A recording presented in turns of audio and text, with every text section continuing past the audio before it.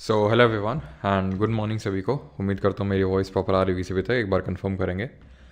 आज हम लोग करने वाले हैं केमिस्ट्री का एक काफ़ी important chapter and that is acid basis and salt. ठीक है, और जैसा कि एक्सपेक्टेड रहता है हर बार की तरह, जैसे ही कोई सब्जेक्ट अंत में आता है भीड़ कम होने लगती है। अभी तुम देखना, ठीक है, कल हमारा आखिरी चैप्टर होगा, हम लोग करेंगे केमिस्ट्री का। मेरी वॉइस प्रॉपर आ रही होगी सभी, है ना? तो कल हम लोग आखिरी चैप्टर जब करेंगे, मेटल में सर इंग्लिश की पीडीएफ नहीं है मतलब तो आखिरी चैप्टर के बाद जब नया सब्जेक्ट स्टार्ट कर रहे होंगे हिस्ट्री, तब देखना पहले दिन खूब भीड़ आई फिर धीरे धीरे धीरे धीरे धीरे जो है डिप मारना स्टार्ट कर देता है। इस रहस्य के पीछे का क्या रहस्य है वो आज तक कोई समझ नहीं पाया है कि ऐसा क्यों होता है ठीक है, कि क्यों चीज़ें शुरू करने में काफ़ी भीड़ रहती है और धीरे धीरे धीरे कम होती आती है। ठीक है, फिर जब नई चीज़ शुरू होती है तो फिर भीड़ रहती है, फिर धीरे धीरे कम होने लगती है।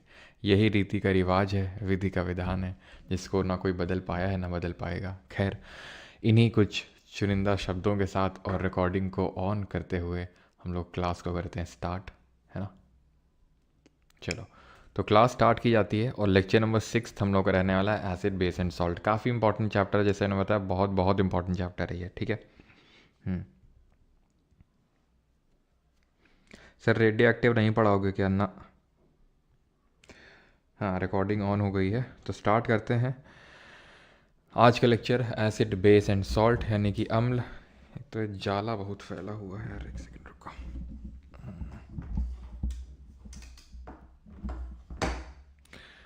ठीक है, एसिड बेस एंड सॉल्ट यानी कि जिसको बोलते हैं अम्ल, क्षार एवं लवण। ठीक है, तो ये तीनों चीज़ें आज के लेक्चर में देखने वाले हैं। पीरियोडिक टेबल के बाद सबसे इंपॉर्टेंट चैप्टर आपका यही है। नाउ एसिड एंड बेसिस होते क्या हैं? What are acid and water base? तो एकदम बेसिकली अगर हम बात करें तो आप बोलेंगे कि एसिड वो होते हैं जो खट्टे होते हैं। बेस अगर नहीं आपको पता है तो जो टूथपेस्ट होता है, नमक है या नहीं है वो तो पता नहीं, लेकिन बेस ज़रूर होता है इसमें, टूथपेस्ट में। ठीक है, टूथपेस्ट में नमक होता है।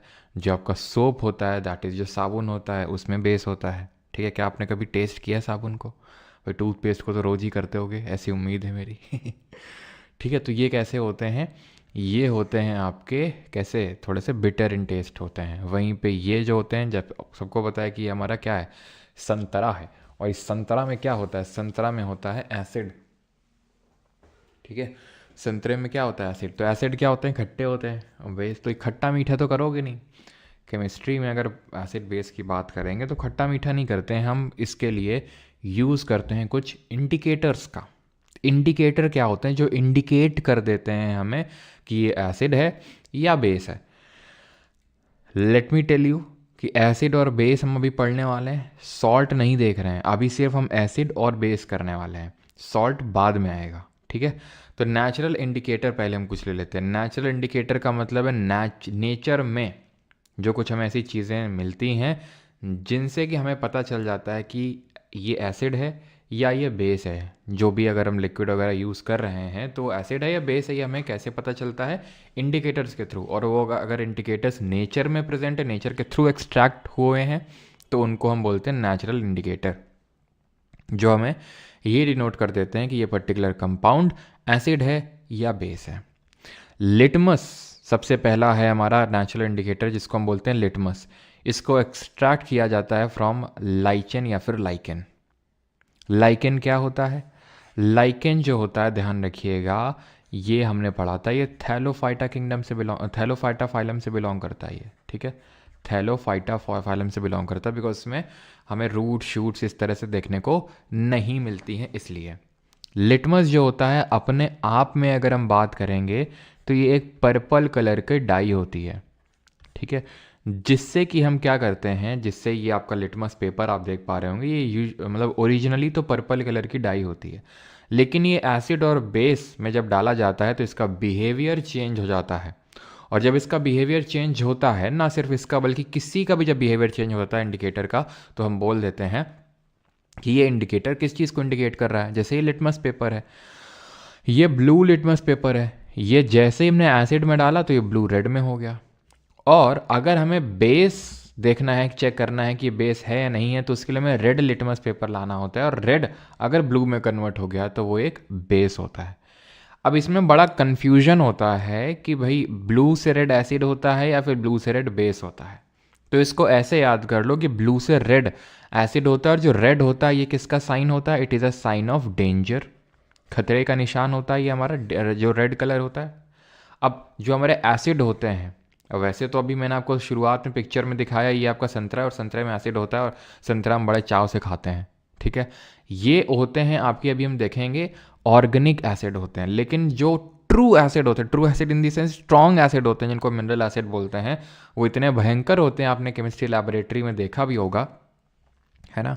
केमिस्ट्री लैबोरेटरी में आपको मना किया था कि आपको कोई भी एसिड को ऐसे टच नहीं करना है, खासकर जो कंसनट्रेटेड एसिड्स होते हैं। क्यों? क्योंकि दे आर, अभी हम देखेंगे, कोरोसिव नेचर, बहुत भयंकर, मतलब आपका स्किन वगैरह जलाने का मादा रखते हैं। और आपने देखा भी होगा, है ना, काफ़ी तरह के ये जो वर्ड्स यूज़ तो नहीं करने चाहिए, लेकिन जो कुत्ते होते हैं वो आपने सुना होगा किस तरह से एसिड डाल देते हैं लड़कियों के ऊपर, लड़कियों के चेहरे पे। अब पहले, अभी तो उतना नहीं है, लेकिन कुछ टाइम तक कुछ ज़्यादा ही था, है ना, पहले, और इस पे मूवी भी बनी थी, आपको पता है।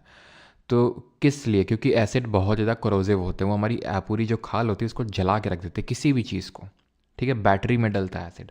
तो एसिड क्या होते हैं? डेंजरस होते हैं। तो रेड जैसे ही दिखेगा यानी डेंजर, रेड दिख गया मतलब डेंजर, मतलब वो एसिड था, तभी उसने ब्लू को रेड में कर दिया। और इसका जो उल्टा है वो बेस हो जाएगा, जो रेड को ब्लू में कर देगा, ठीक है। क्लियर हो गया लिटमस वाला। अब आते हैं हल्दी, दैट इज टर्मरिक, ठीक है। वीको टर्मरिक नहीं है ये, नॉर्मल जो हमारी घर की टर्मरिक होती है, हल्दी होती है, उसकी यहाँ पर बात हो रही है। छपाक थी, यस। चलो, तो ये टर्मरिक क्या होता है? ये नेचुरल डाई होता है, इसमें सर्कमिन करके एक पिगमेंट, एक केमिकल प्रेजेंट होता है, जिसकी वजह से ये एक नेचुरल इंडिकेटर के तौर पे एक्ट करता है। अब ये आपने भी एक्सपीरियंस किया होगा, लिटमस तो हो सकता है आप में से कुछ ही लोगों ने कभी, मतलब लेबोरेटरी में तो कहाँ ही लिटमस मिलता था, बस खड़े होके बस बातचीत करो, बस शोर मत मचाओ। ये होता था लेबोरेटरी में तो, है ना, एक्सपेरिमेंट वगैरह तो कुछ होते नहीं, तो बस शोर मत मचाओ। तो टर्मरिक आपने देखा होगा, जब हल्दी के दाग लग जाते हैं, जब आप खाना खाते हो और हल्दी के दाग लग जाते हैं, तो वो दाग दाग बिल्कुल अच्छे नहीं होते हैं, पहली बात, ठीक है। तो जो दाग होते हैं, येलो कलर के जो दाग होते हैं, जब आप उसमें साबुन रगड़ते हो, दैट इज़ जब सोप रगड़ते हो, तब क्या होता है? वो हो जाता है आपका रेडिश कलर का, जिसको वर्मिलियन एक्चुअल में बोलते हैं ये कलर को। और जब आप फिर से पानी डालते हो, वो फिर से येलो हो जाता है। देखा है कि नहीं देखा है? तो इसीलिए होता है क्योंकि जो सोप होता है, जो साबुन होता है, वो एक बेस होता है, वो क्षार होता है।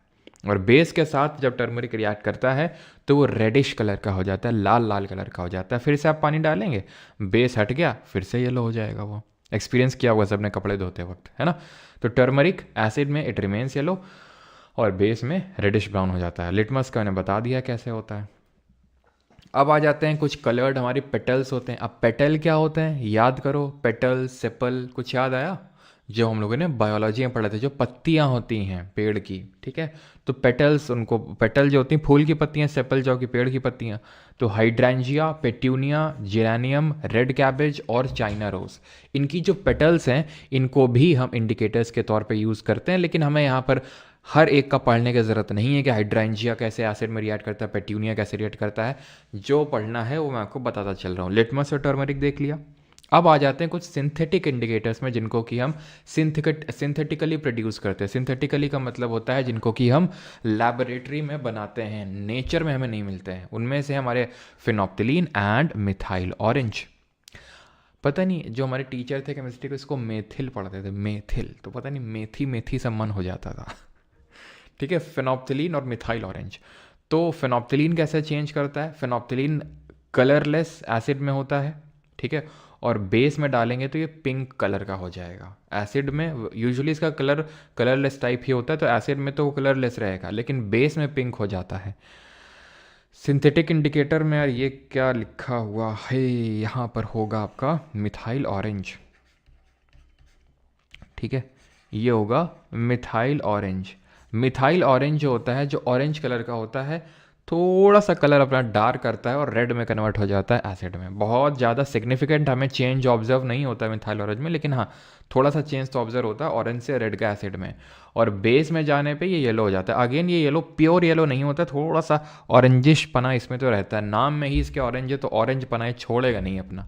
तो इसी वजह से ये बहुत बहुत थोड़ा थोड़ा चेंज होता है इसमें, methyl orange red and base में येलो। ठीक है, क्या रटना है? जी हाँ रटना है। ठीक है, लिटमस तो वाला तो भूले गया नहीं बिल्कुल भी। ठीक है, अब ये जो हमने इंडिकेटर्स देखे वो आप कलर देख के अपनी आँखों का, अपने जो हमारे सेंसर्स में आपको पता है 5 सेंसर्स होते हैं, तो उसमें आप आँखों का यूज़ करके देख सकते हैं कि भाई ये देखो कलर चेंज हो रहा है। अब मान लो कि जो लोग नहीं देख सकते हैं वो कैसे पता लगाएंगे ये एसिड है कि बेस है? तो उनके लिए जो इंडिकेटर्स होते हैं उनको बोलते हैं ऑल्फैक्टरी इंडिकेटर्स, यानी कि कुछ ऐसे भी इंडिकेटर्स होते हैं जो अपनी स्मेल से ही बता देते हैं कि ये एसिड डाला आपने या बेस डाला। ठीक है, अपने स्मेल से, दैट इज़ ऑर्डर से बता देते हैं। जैसे कि वनीला हो गया, अनियन हो गया, क्लोव यानी कि जो लौंग होती है वो हो गया। अनियन जैसे आप इसमें एसिड डालोगे तो ये अपनी स्मेल बरकरार रखेगा, बेस डालोगे तो स्मेल ख़त्म हो जाएगी अनियन की। वनीला इसमें भी एसिड में रिमेन मतलब रहती है स्मेल, लेकिन बेस में लूज़ कर देता है। And same goes with the लौंग का तेल, that is clove oil. Clear है?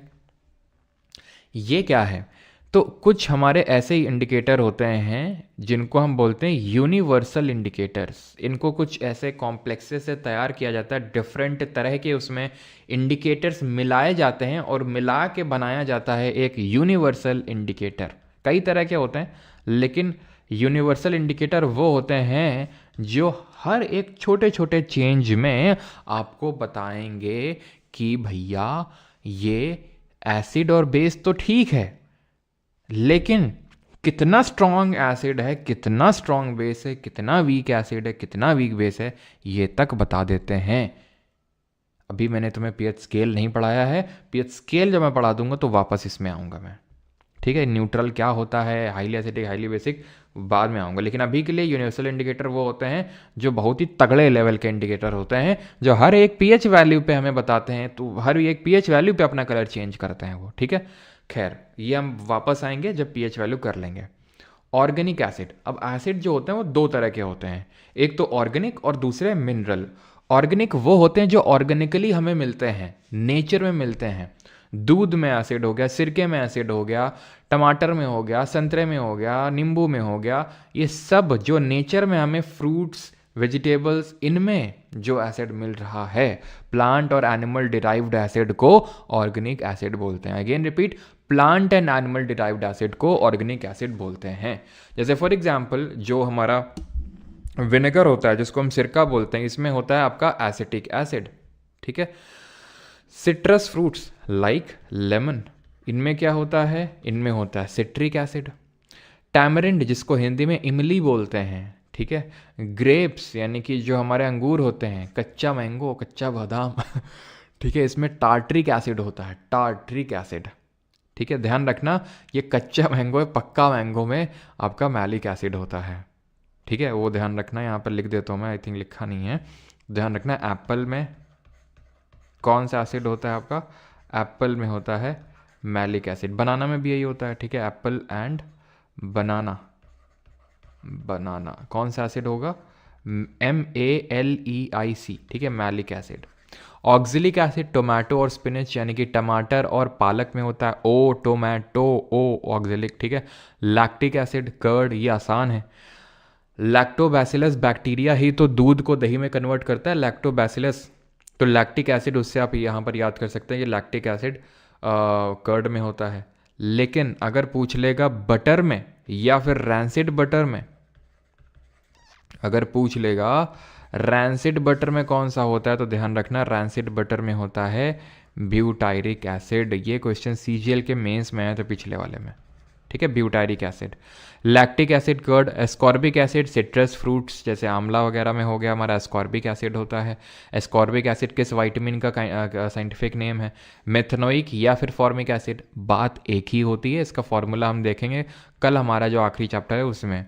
ठीक है, तो मेथनोइक एसिड बोलो या फॉर्मिक एसिड बोलो, बात एक ही है। ये जो चींटी, छोटी वाली अपनी चींटी देखी होगी, लाल वाली जो होती है ना, जिसको फूंक मारते मारते रह जाओ, लेकिन इतनी भयंकर चपक जाती है सरफेस से, छूटती नहीं है, लेकिन फिर मैं भी गुस्सा आ जाता हूँ, एकदम जोर का इनहेल करता हूँ, जोर का भी एक्सहेल मारता हूँ सीधे, क्योंकि मैं डेली योगा करता हूँ गाइस, कपाल भाती।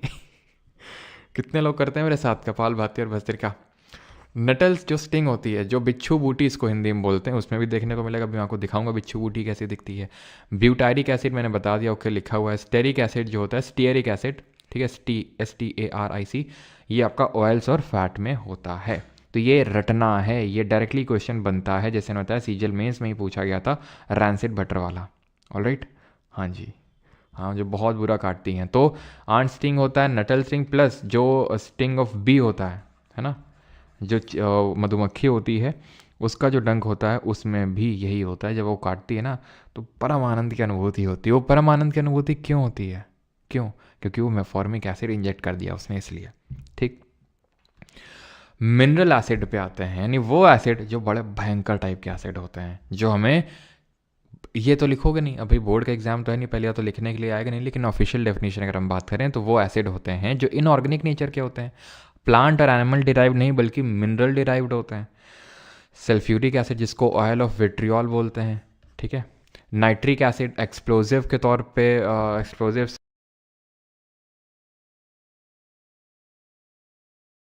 होता है। बोरिक एसिड एंटीसेप्टिक में यूज़ करते हैं। एंटीसेप्टिक क्या होते हैं जरा बताइए? एनाल्जेसिक क्या होते हैं? पेन रिलीवर होते हैं। एंटीसेप्टिक होते हैं जो हमारी घाव वगैरह को भर देते हैं, है ना, एंटीसेप्टिक। जैसे कि एक एंटीसेप्टिक मैंने आपको बताया था जब मिक्सचर वाला चैप्टर देख रहे थे, होमोजीनियस मिक्सचर में कुछ मैंने बताया था, जल्दी से बताइए वो क्या होता है? कार्बोनिक एसिड, कोल्ड ड्रिंक में होता है carbonic acid. Phosphoric acid fertiliser, ठीक है।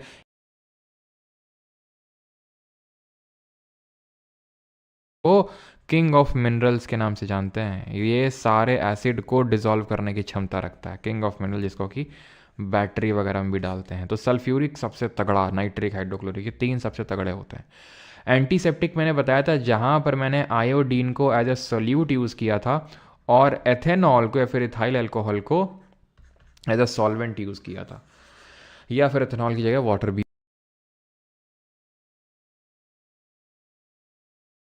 देखेंगे बेस के बारे में, यानी कि क्षार। तो क्षार होते हैं हमारे जैसे calcium hydroxide, ammonium hydroxide, sodium और पोटेशियम हाइड्रोक्साइड, मैग्नीशियम हाइड्रोक्साइड, यानी तुम्हें एक चीज़ कॉमन दिख रही होगी, हाइड्रोक्साइड हाइड्रोक्साइड हाइड्रोक्साइड।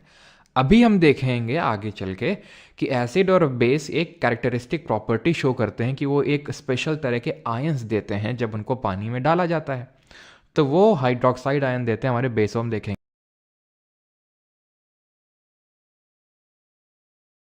ये आपका लाइम वाटर में पाया जाता है, ये विंडो क्लीनर के तौर पे यूज़ किया जाता है। लाइम वाटर में कैल्शियम हाइड्रोक्साइड हम पढ़ चुके ना। लाइम वाटर क्या होता है? जब हम क्विक लाइम की रिएक्शन करवा रहे थे, किसके साथ? चूने को डाल रहे थे पानी में, तो स्लेक्ड लाइम बन रहा था, यही तो होता है कैल्शियम हाइड्रोक्साइड। ये तो कैल्शियम ऑक्साइड है, ठीक है। फिर ये किस तरह की रिएक्शन थी जरा बताएंगे, किस तरह की? विंडो क्लीनर के तौर पे यूज़ करते हैं सोडियम और पोटेशियम हाइड्रोक्साइड को सोप, साबुन बनाने में। कल हम साबुन बनाएंगे कार्बन वाले चैप्टर में। ये जो स्ट्रॉन्ग बेसेस होते हैं, ये स्ट्रॉन्ग बेस होते हैं। कैसे होते हैं? स्ट्रॉन्ग होते हैं ये जो सोडियम और पोटेशियम हाइड्रोक्साइड है। मैग्नीशियम हाइड्रोक्साइड जिसको मिल्क ऑफ मैग्नीशिया, मैग्नीशिया का दूध, जिसको हम अभी देखेंगे पेट की एसिडिटी, जब पेट में एसिडिटी हो जाती है तो इसको बुझाने के लिए इस्तेमाल किया जाता है पेट की एसिडिटी। ये एक आपका एम से मैग्नीशियम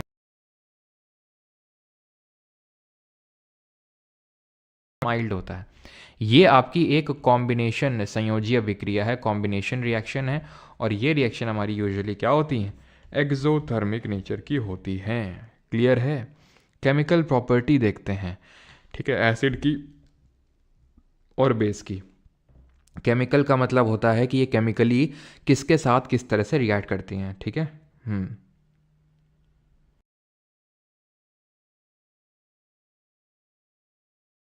रिएक्शन विद मेटल्स। अब हम ये रिएक्शन कल ही देख चुके हैं जब हमने देखा था मैश। मैश पढ़ाया था मैंने आपको। तो metal plus acid will give salt plus hydrogen, as simple as that. It burns with pop sound, यानी कि जब, जैसे फॉर एग्जाम्पल आप एसिड को किसी मेटल में डालो, strong acid like mineral acid को, ठीक है, और उसमें जैसे ही जब तुमने ऑब्जर्व करो कि यार हाइड्रोजन निकल रही है, हाइड्रोजन निकलना स्टार्ट हो गई, तुम माचिस की तीली जलाओ या फिर कुछ लाइटर वगैरह, भड़ाम से मतलब इतना भड़ाम नहीं आएगा कि भाई बहुत भयंकर, लेकिन हाँ भड़ाम से ऐसे आवाज़ से आएगी, फटाक से, ठीक है। पॉप साउंड, क्योंकि हाइड्रोजन बर्न करती है पॉप साउंड से। हाइड्रोजन को कंफर्म करने के लिए सबसे बेस्ट तरीका है कि आप मेटल में एसिड डालिए और लाइटर वहाँ लगाइए, लेकिन थोड़ा सा दूर से करके लगाइएगा, कोई भी आग लगा रहे हैं, नहीं तो फिर डर जाएंगे आप काफ़ी। जो four which is an acid, strong acid, यहाँ पर आप देख रहे हैं ये आपका बन रहा है salt and hydrogen gas. Same goes यहाँ पर जिंक, और ये स्ट्रॉन्ग बेस है, ठीक है। और बेस के साथ किस तरह से रिएक्ट हो रहा है, बेस के साथ भी ध्यान रखिएगा, ये तो हमने देखा कि मेटल एसिड के साथ रिएक्ट करके हाइड्रोजन निकाल रहा है, बेस भी मेटल के साथ रिएक्ट करके हाइड्रोजन निकालता है, बट नॉट ऑल बेसिस। जो बहुत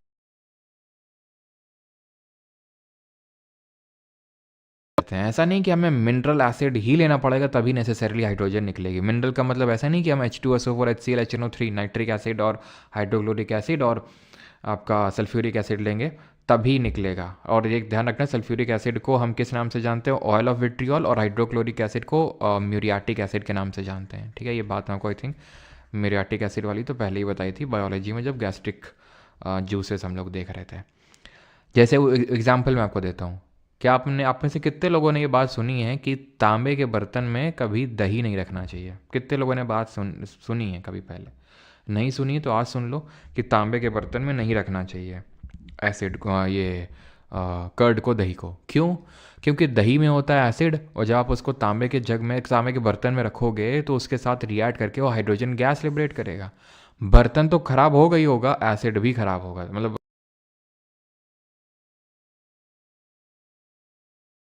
रिएक्टेड होते हैं, लेकिन हाँ हाइड्रोजन निकालते हैं भी, सॉल्ट और हाइड्रोजन। अब हम देखेंगे कि एसिड और बेस किस तरह से मेटल कार्बोनेट के साथ रिएक्ट करेंगे और मेटल हाइड्रोजन कार्बोनेट के साथ कैसे रिएक्ट करते हैं। सुना है? अच्छा अच्छा।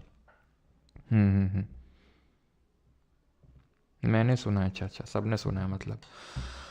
तो मेटल कार्बोनेट और मेटल हाइड्रोजन कार्बोनेट, इनको हम मेटल हाइड्रोजन कार्बोनेट को मेटल बाई,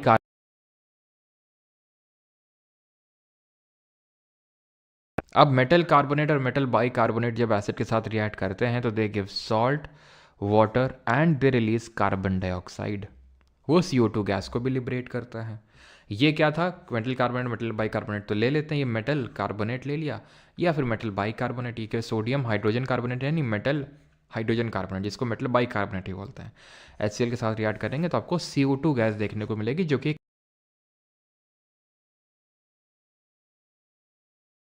जरा बताइए CO2 गैस को कैसे टेस्ट करेंगे? हाइड्रोजन जो वहाँ निकली थी उसको तो टेस्ट कर लिए थे, आग जला के पॉप साउंड निकलेगा, लेकिन CO2 को कैसे टेस्ट करेंगे? ये कमेंट करके जरा बता देंगे आप। अब अगर मैं इसकी रिएक्शन करवाने गया बेस से, यानी कि मेटल कार्बोनेट और बाई कार्बोनेट की रिएक्शन अगर बेस के साथ कराऊंगा, नहीं होगी वो रिएक्शन, नहीं होगी। यहाँ पर तो हो भी रही थी कुछ केसेस में, हाइड्रोजन सॉल्ट और हाइड्रोजन निकल रहा था बेस के साथ, लेकिन यहाँ नहीं होगी।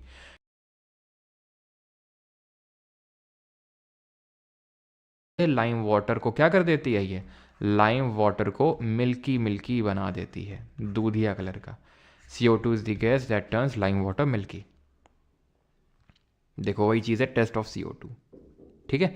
रिवाइज हो गया आपका पिछला जो हमने पढ़ा था, इसको कहाँ पर पढ़ा था? इसको हमने पढ़ा था रिएक्शन वाले चैप्टर में।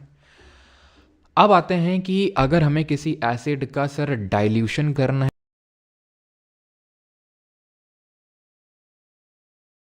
को हमें कंसंट्रेटेड से डाइल्यूट की तरफ ले जाना है। कंसंट्रेटेड एसिड क्या होता है सर? कंसंट्रेटेड एसिड होता है जिसमें कि कंसंट्रेटेड से हमें डाइल्यूट की ओर ले जाना है। कंसंट्रेटेड वो होता है जिसमें कि, एक सेकंड रुक जाओ रुक जाओ रुक जाओ रुक जाओ रुक जाओ अभी, ठीक है। पहले ये थोड़ा देख लो,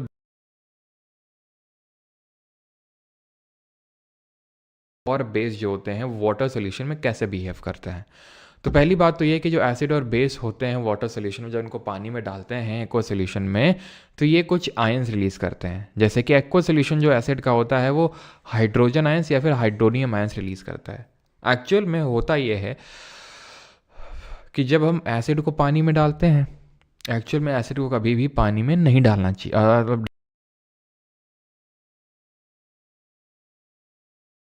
हैं तो क्या मिलता है? H+ आयंस रिलीज होते हैं। क्यों? क्योंकि एसिड के अंदर H प्लस आयंस भरे हुए होते हैं। समझ आ गई आपको ये बात? H प्लस आयंस होते हैं। अब जब हम पानी में डालते हैं उसको, तो वो H प्लस आयन जो निकले वो और H2O के साथ रिएक्ट करके क्या बन जाते हैं? H3O plus. इसी को बोल देते हैं हाइड्रोनियम आयन। ठीक है, इसी को बोल देते हैं हाइड्रो आयन से निकलता है हाइड्रोक्साइड या फिर हाइड्रोक्सिल आयन बोलते हैं OH negative. Distilled water, alcohol and glucose do not conduct electricity. हम मतलब ये हम देख चुके हैं कल ही कि क्योंकि इनमें आयंस नहीं होते हैं इस वजह से इलेक्ट्रिसिटी कंडक्ट नहीं करते हैं। All basis do not dissolve in water. सारे पानी एसिड तो पानी में घुल जाते हैं, सारे ऑल जनरली सारे एसिड, लेकिन सारे बेसिस पानी में नहीं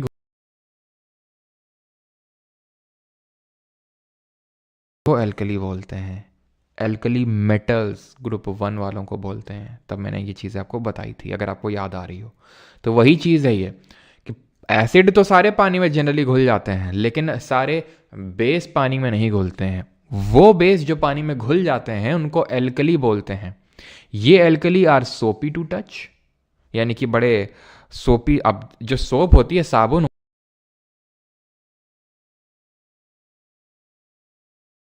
एक एक दो दो दिन का नागा करके बैठा हुआ है। क्यों? कितने लोग हैं यहाँ पर? Sir start history after chemistry so that students preparing for mains can completely revise it in 30 days. अब क्योंकि एवो 9 जी ने ये बात बोली है तो इसके बाद हिस्ट्री ही स्टार्ट होगी। अगर ये बात कोई और बोलता तो मैं ना मानता, क्योंकि एवो 9 जी ने बोली है तो अब इस बात को मानना पड़ेगा और आप सभी को फॉलो करना पड़ेगा इस बात को। हिस्ट्री ही स्टार्ट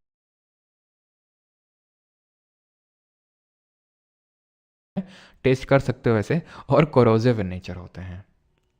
ठीक है, तो एक कैरेक्टरिस्टिक होती है। All alkali are bases but all bases are not alkali.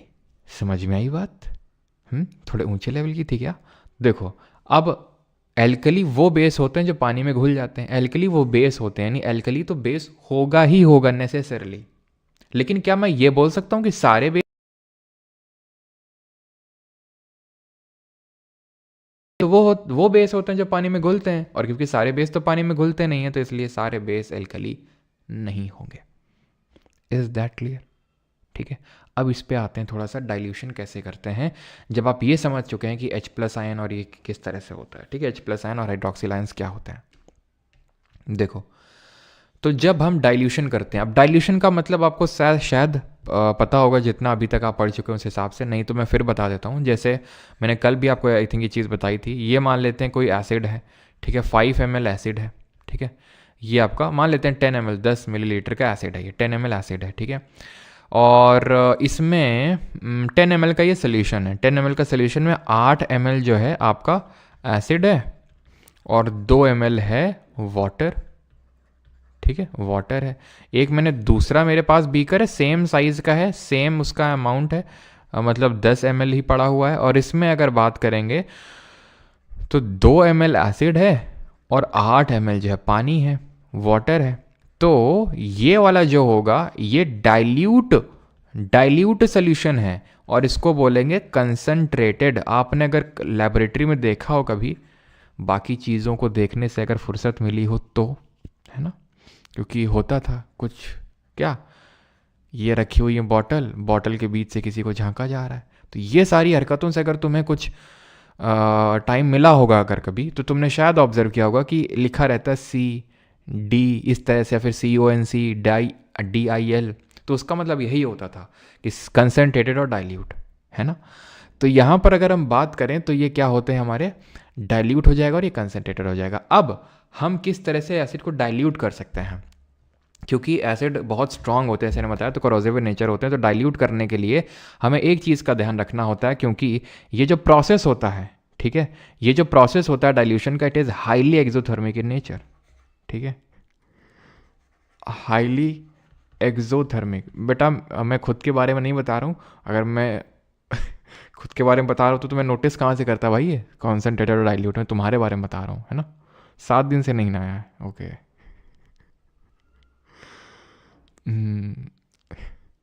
चलो भाई, तो यहाँ पर अगर हम बात करें कैसे diagonal relationship, yes highly exothermic, ठीक है, हाईली एक्सोथर्मिक नेचर की होती है रिएक्शन। अब क्योंकि हाईली एक्सोथर्मिक होती है ये रिएक्शन, मतलब एक्सोथर्मिक तो होती है फॉर श्योर, अब हाईली होगी कि नहीं होगी ये डिसाइड करेगा कि आप क्या हरकत कर रहे हैं। कभी भी वाटर को एसिड में ऐसे डायरेक्टली नहीं डालना चाहिए, क्योंकि जैसे ना होता है हाईली एक्सोथर्मिक होती है, स्प्लैश कर जाएगी, यानी फट जाने का मतलब ये जो बीकर है जिसमें आपने डाला है वो फटने तक के चांसेस रहते हैं, इतना भयंकर वो एक्सोथर्मिक होता है। चाहे भले चाहे कितना बर्फ़ वरफ आस पास लगा लो, लेकिन अब बर्फ़ लगाओगे तो और जल्दी टूटेगा। क्यों? क्योंकि और अगर कांच मोटा हुआ तो फिर तो तुम भूल ही जाओ, तो टूटना ही टूटना है कांच अगर मोटा हुआ। ठीक है, आपने अगर कभी देखा हो किसके यहाँ पे, अभी रिसेंटली मेरे यहाँ पे महीने भर पहले ही हुआ था, क्या हुआ था, जैसे कांच की टेबल थी, मम्मी ने आके चावल का कुकर रख दिया और थोड़ी देर रखा रहा, चड़ाक से एकदम टूट गया, पूरा टूट गया वो। ठीक है, क्यों? क्योंकि एक्चुअल में वो इनर लेयर जहाँ पर जिस लेयर में वो गरम गरम हो गया, वो गरम हो गई।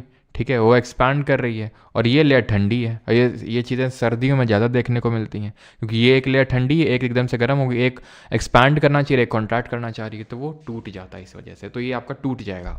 ठीक है, ग्लास मोटा है और एकदम आपने अगर उसको और ठंडा कर रखा है बाहर से तो। लेकिन अगर आप एसिड को धीरे धीरे वाटर में ऐड करोगे किनारे से, एकदम एसिड को धीरे धीरे वो भी ऐड करना है पानी में किनारे से, एक्सोथर्मिक ये भी होती है, लेकिन उतनी ज़्यादा एक्सोथर्मिक नहीं होगी कि स्प्लैश करके एकदम फटवट हो जाएगा कुछ।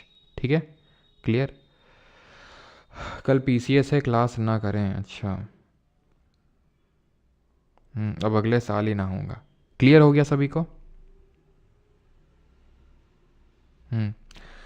तो अब आते हैं न्यूट्रलाइजेशन रिएक्शन पे। ये क्या होती है, जिसको हम बोलते हैं उदासीकरण अभिक्रिया।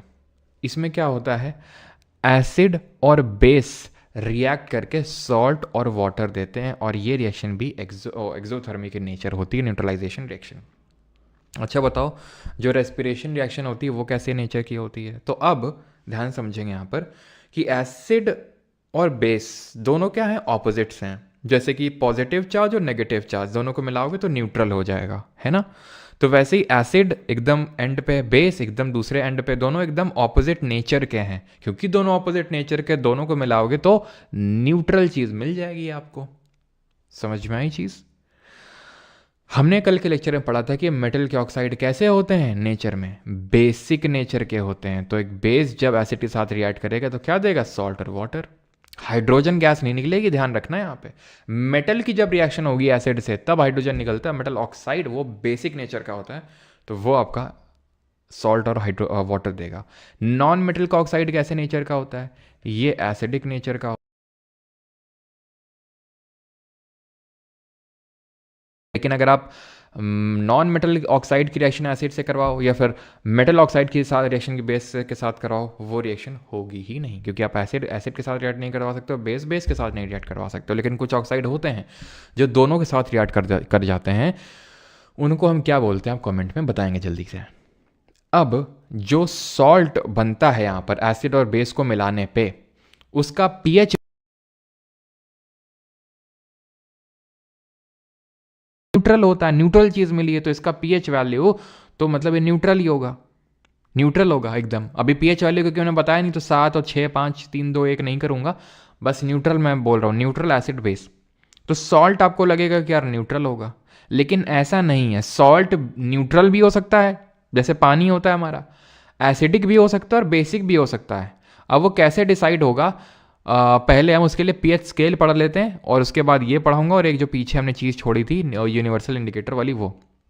और ऐसे ऑक्साइड जो दोनों से रिएक्ट कर जाते हैं उनको हम एम्फोट्रिक ऑक्साइड बोलते हैं, जैसे कि एल्यूमिनियम का ऑक्साइड हो गया हमारा, है ना, जनाबे आली करके पढ़ा था हमने, तो जिंक ऑक्साइड हो गया, आपका बेरियम ऑक्साइड हो गया, और आपका ये एल्यूमिनियम ऑक्साइड हो गया, ठीक है, टिन ऑक्साइड हो गया, गैलियम ऑक्साइड हो गया। खैर, अब ये पीएच स्केल क्या चीज़ होती है, तो पीएच का मतलब होता है पावर ऑफ हाइड्रोजन। इसमें पी का मतलब पोटेंस होता है जर्मन लैंग्वेज में। किस लैंग्वेज में?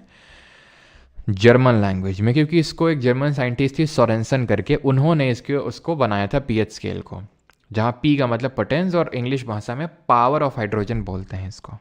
ठीक, ये एक तरह का यूनिवर्सल इंडिकेटर होता है। 0 से लेके 14 तक, 0 से लेके 14 तक क्या होता है, इसका वैल्यू जाता है 0 से लेकर 14 तक, इस स्केल का वैल्यू। जैसे हमारी स्केल थी स्कूल में यूज़ करते थे 15 सेंटीमीटर वाली, तो 0 से लेकर वो 15 सेंटीमीटर तक जाती थी, ये है 0 से लेकर 14 तक। मिक्सचर ऑफ सेवरल इंडिकेटर होता है क्या, जो यूनिवर्सल इंडिकेटर होता है वो काफ़ी सारे इंडिकेटर से मिलके बनता है और वो डिफरेंट कलर दिखाता है डिफरेंट आयन के कंसेंट्रेशन में। ये एक तरह की लॉगरिथमिक स्केल होती है and it measures the hydrogen ion का कंसेंट्रेशन, या फिर मैं हाइड्रोनियम आयन भी बोल सकता हूँ, क्योंकि मुझे पता है H+ आयन तब मिलता है जब मैं एसिड को पानी में डालता हूँ, और पानी में क्योंकि H2O है मॉलिक्यूल है, तो H+ H2O के मॉलिक्यूल से रिएक्ट करके H3O+ भी बना सकता है हाइड्रोनियम आयन, उसमें कोई ऐसी बड़ी बात नहीं है। अब ये जो हमारी वैल्यू स्केल है वो 0 से लेके 14 तक रन करती है, ठीक। 0 से 14 के बीच की वैल्यू क्या होगी, तो आप बोलेंगे सर 7, सिंपल 14 + 0 / 2, एवरेज वैल्यू 7 निकल के आएगी, तो ये न्यूट्रल वैल्यू होती है 7। इसके लेफ्ट साइड की जो वैल्यू होती हैं 7, 6, 5, 4, 3, 2, 1, 0, ये एसिड को डिनोट करती हैं। अगर 7 से कम वैल्यू आ रही है, ये वैल्यू हम इस फॉर्मूले से निकालते हैं कि उसमें H+ आयन का कंसेंट्रेशन कितना है, -log ऑफ H+ आयन का कंसेंट्रेशन और pH, और इसका अगर वैल्यू आ जाता है 0 से लेकर 7 के बीच में, तो उसको हम बोल देते हैं कि भैया तुम एसिड हो। और अगर 7 से 14 के बीच में आ गया तो हम बोल देते हैं कि तुम बेस हो। क्यों यहाँ पर OH नेगेटिव ले रहे हैं, क्योंकि हमें पता है कि बेस पानी में जाने के बाद हाइड्रोक्सिल आयंस यानी हाइड्रोक्साइड यानी कि OH नेगेटिव आयंस देता है, एसिड H+ आयंस देता है, और अगर 7 वैल्यू आ गई आपकी तो बधाई हो, आप न्यूट्रल हैं। जैसे कि हमारा पानी, वाटर, डिस्टिल्ड वाटर, ये क्या होता है 7 वैल्यू। अब 6 अगर किसी की वैल्यू है, 5 है, क्योंकि भाई एसिड तो एसिड होवे, 0 से 7 के बीच में उसका pH होवे, लेकिन कौन स्ट्रॉन्ग एसिड होगा, कौन क्योंकि सबको एक पैरामीटर पर तो नहीं रख सकते ना। अब H2SO4 बोलेगा हमारी क्या इज्जत है एसिटिक एसिड के सामने, एसिटिक एकदम वीक है, हम इतने स्ट्रॉन्ग हैं, सबको घोल लेते हैं, कहीं भी डालो रिएक्ट कर देते हैं, लेकिन हमको कुछ स्पेशल इज्जत तो मिलनी चाहिए। तो स्पेशल इज्जत ये है कि जितना आपका pH वैल्यू कम है आप उतने ही स्ट्रॉन्ग हैं, जितना आपका pH वैल्यू कम है उतने ही आप स्ट्रॉन्ग एसिड हैं, उतने ही ज़्यादा आप H+ आयंस दे रहे हैं, उतने ही क्विकली आप H+ आयंस दे रहे हैं वाटर में। जब मैंने वाटर में डिजोल्व किया किसको, मैंने एक तो वाटर में डिजोल्व किया पहले H2SO4 को, सेम वाटर में डिजोल्व किया एसिटिक एसिड को, तो आप ये समझिए कि H2SO4 में बहुत ज़्यादा H+ आयंस और बहुत जल्दी H+ आयंस मिलेंगे as compare to acetic acid. That mean H2SO4 is a strong acid, तो उसका pH वैल्यू कम होगा as compare to acetic acid. ध्यान रखना है, ज़्यादा मत कर देना। और लेकिन हाइड्रोनियम आयन का कंसेंट्रेशन या हाइड्रोजन आयन का कंसेंट्रेशन इसमें ज़्यादा होगा, इसमें H2SO4 में, यानी जितना हाइड्रोजन आयन का कंसेंट्रेशन रहेगा उतना ही ज़्यादा वो एसिडिक होगा और उतना ही कम उसका pH वैल्यू होगा। बेस के साथ उल्टा है, जितना ही ज़्यादा pH वैल्यू होगा 7 से ऊपर उतना ही ज़्यादा वो हाइड्रोक्साइड आयन है, हाइड्रोक्सिल आयंस देगा, और उतना ही ज़्यादा बेसिक नेचर का होगा। यहाँ सब ज़्यादा है। क्लियर हो गई। अब हम कुछ इंपॉर्टेंट चीज़ों के pH वैल्यू देख लेते हैं, जैसे कि हमारा जो गैस्ट्रिक जूस होता है, जो पेट में जूस होता है, आपको पता है एसिडिक नेचर का होता है, उसमें HCl होता है, हाइड्रोक्लोरिक एसिड होता है, उसका pH वैल्यू 1.6 होता है। पता आपको ये बात? नहीं पता? गैस्ट्रिक जूस मैंने बताई थी ये बात आपको। गैस्ट्रिक जूस हो गया, देन लेमन हो गया, यानी कि ये क्या बोलते हैं इसको, नींबू बोलते हैं, इसका रफली 2 होता है। वहीं अगर हम बात करें मिल्क का, क्या होता है, मिल्क दूध, इसका थोड़ा सा स्लाइटली एसिडिक नेचर का होता है, 6.4 होता है समथिंग। वहीं अगर हम बात करें ब्लड का क्या होता है, ये कुछ इंपॉर्टेंट चीज़ों के बस मैं pH लिख रहा हूँ, ये भी मैंने आपको बताया था 7.4। इसको बोलते हैं स्लाइटली एसिडिक, थोड़ा सा एसिडिक है, 7 से जस्ट थोड़ा सा कम है, ठीक है। ऐसे जो सलाइवा होता है मुंह में वो भी स्लाइटली एसिडिक होता है, वो क्या होता है, वो भी स्लाइटली एसिडिक, ऐसे 6.5 के समथिंग होता है। ब्लड स्लाइटली बेसिक होता है, स्लाइटली एल्कलाइन भी बोलते हैं, इसको ध्यान रखना है, स्लाइटली बेसिक या स्लाइटली एल्कलाइन, बेस ही एल्कलाइन होते हैं आपके, ठीक है। तो 7.4 रफली होता है।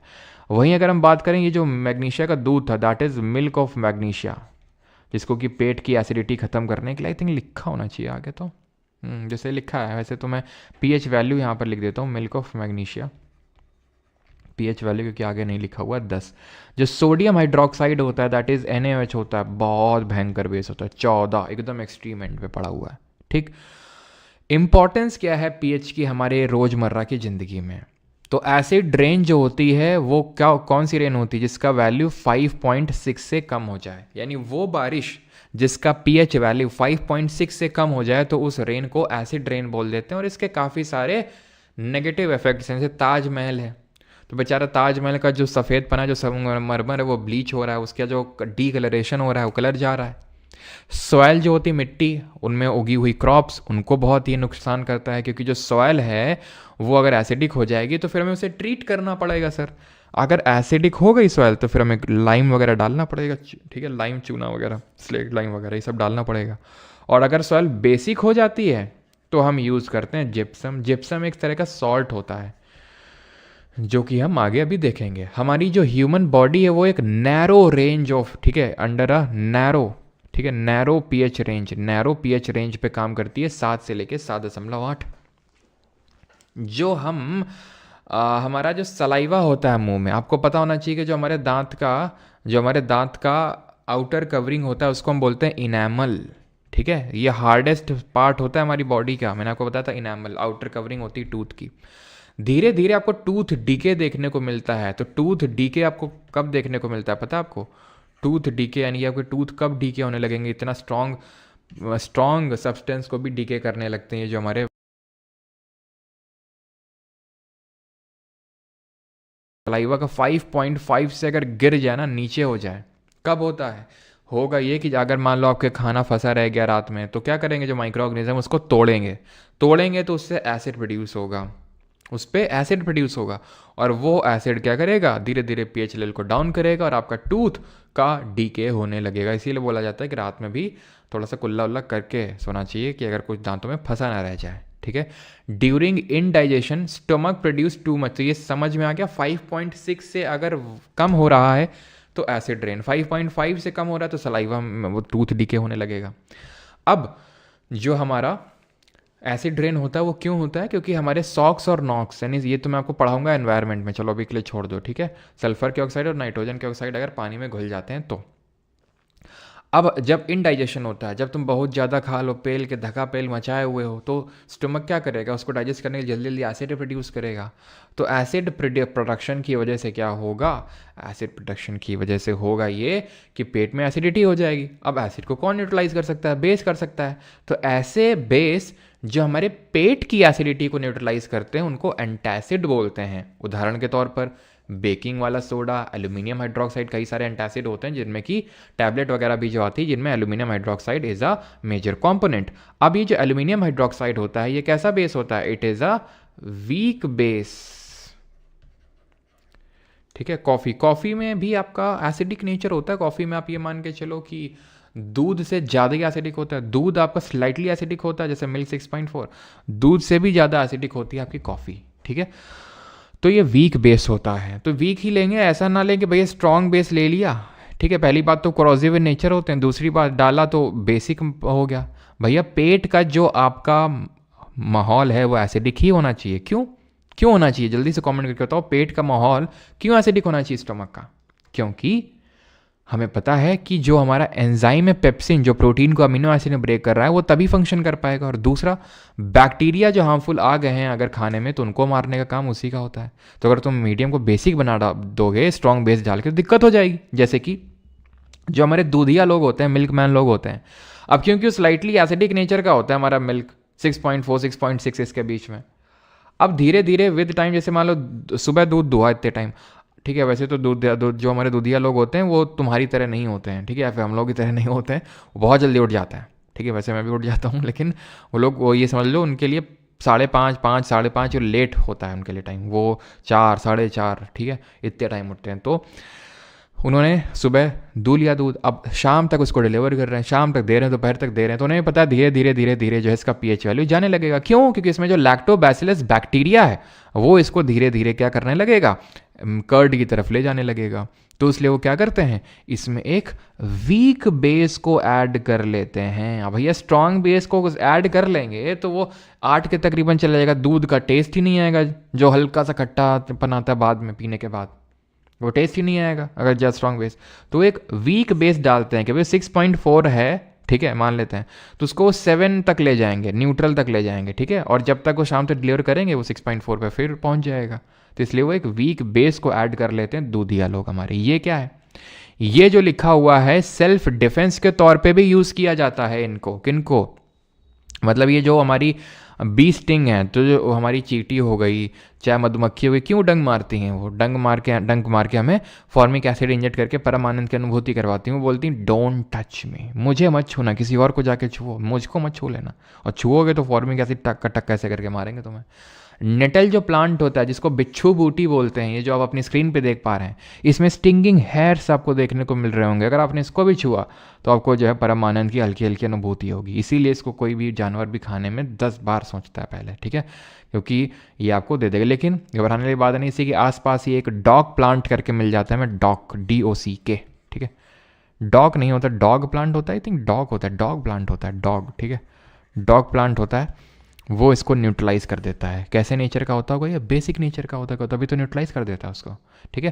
तो इसमें भी क्या होता है, मेथेनोइक या फिर फॉर्मिक एसिड, जो कि स्टिंग बी स्टिंग में होता है। Remedy, apply mild base like calamine zinc carbonate. तो जब भी आपको ये चींटी काट ले या फिर मधुमक्खी काट ले, चींटी के थोड़ी देर में ठीक हो जाता है, मधुमक्खी के काफ़ी देर तक रहता है, ठीक है, या फिर आपको ये हो जाए तो आप माइल्ड बेस लाइक कैलामाइन, जो कि जिंक कार्बोनेट होता है ZnCO3, उसको आप अप्लाई कर लीजिए, थोड़ा राहत की सांस लेंगे आप। ठीक, खत्म हो गया एसिड एंड बेस। अब यहाँ से शुरू कर रहे हैं क्या, नमक नमक खेलेंगे यहाँ से।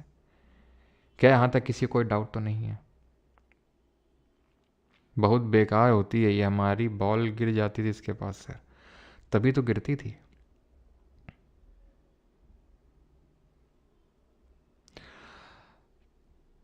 चलो क्लियर हो गया यहाँ तक सभी को? काफ़ी ठंडियों का एहसास हो रहा है।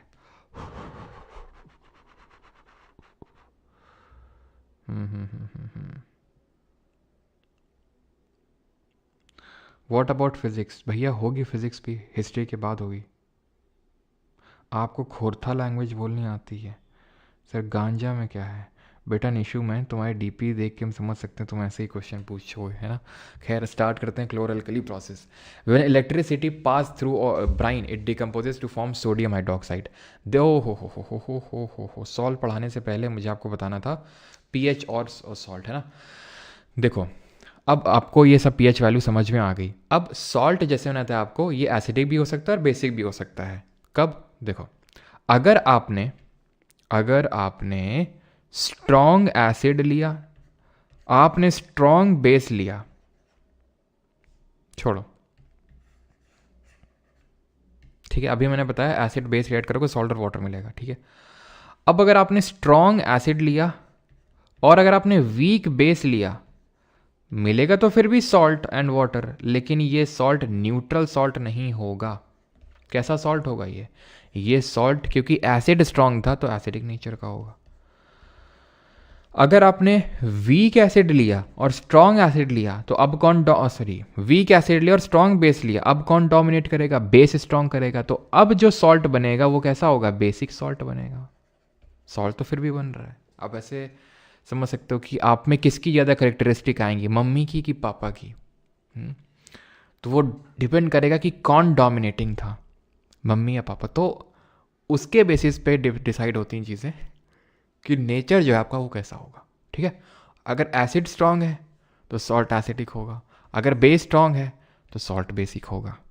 अब हमारा न्यूट्रल सॉल्ट किस केस में बनेगा? तो आप बोलोगे अगर स्ट्रॉन्ग एसिड होगा और स्ट्रॉन्ग बेस होगा, दोनों स्ट्रॉन्ग होंगे, तो सॉल्ट आपका न्यूट्रल बनेगा। और यहाँ पे एक और केस बनेगा, and that is weak acid और वीक बेस, तो अगेन सॉल्ट कैसा बनेगा?